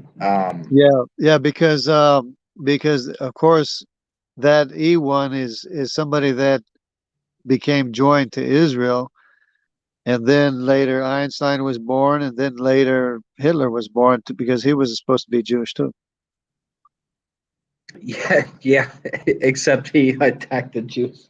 Like Right. what? Well, I think he was a self-hater. I think he hated himself, and he blamed the Jews for his genetics or something. Could be. So everything bad about himself that he couldn't deal with or correct, he blamed it on the Jews, I guess. Apparently. That's my theory.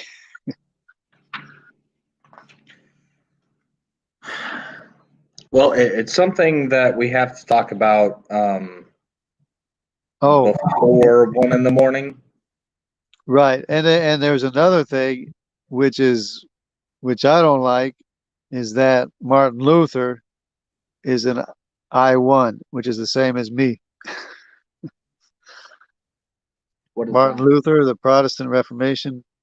Sure. What is that? I1 is the lost tribes of Israel in Germany, which is another thing. Is like it's his own people that he said should be killed and put into, take their gold and silver and put them in concentration camps and don't let You're them walk looking on at the street. you're looking at mitochondrial, right? No, Y chromosome. Oh, so you're a paternal Jew? Yeah. Oh, Jacob. that's cool. Jacob is probably my ancestor. Yeah. That's That what. makes, I mean, if as it far as I turns know, out that that's makes what you it a is. Jew. Yeah. I understand Yeah. some people will say you But have to be the tribe try of to Judah to be convince. a Jew, but I mean, But like, come on. try to convince people in Israel to see if I can do Aliyah. I doubt that you would succeed, But anyways, but even though Um, most of Europe Semitically, I mean mitochondrially, is Semitic. Wait, what's Almost. Aliyah? Aliyah is when you go make Israel your homeland. When you go live in Israel. Oh, well, okay, so they think that if you don't go and live in Israel, you're not a real Jew or something? Well, that's the ambition or desire of every true, religious Jew or faithful Jew is to make Aliyah to Israel and to go live in Israel. But it's not possible for all of Europe to go live in Israel that has an IY chromosome. Maybe one day. Yeah, well, whatever, But When Jesus comes back and reigns from Jerusalem. but Anyway, I'm going to bed. It's interesting because there is a verse in the Bible that says that God will not lose one of the children of Israel. He won't lose one of them. We'll have to debate that later. Well, I don't know how I mean, we only have the I2. Well, we have the J2, the I2, and the I1, and I don't know how that divides into 10 tribes of Israel. Or 12 tribes. 12 tribes, yeah. That's what I was suggesting. If I remember right, Jesus was talking about his sheep, which are No. It's Old Testament prophecy. Old Testament prophecy that talks about Israel being scattered, but he's not going to lose one of them. It's just a random prophecy, but I'd have to look it up. I don't know. I can't show you. Okay. Yeah, I'd like to see the verse. That sounds cool. But again, I'm going to bed. 1 Corinthians 15, 1-4, the gospel by which you are saved is that Jesus Christ died for your sins according to scriptures. He was buried and he was raised again on the third day according to scriptures. After you believed the gospel by which you were saved, you were sealed with that Holy Spirit of promise, which is the earnest of your inheritance until the redemption of the purchased possession. Amen. Night, Jungle. Night, everybody. Right. Good night. Take it easy. You too. And with that, I guess I'll sign out too. So God bless everybody. Draw near to God, and He will draw near to you. It's the Word of God that cleanses and sanctifies us. We're cleansed by His Word, by the hearing of His Word.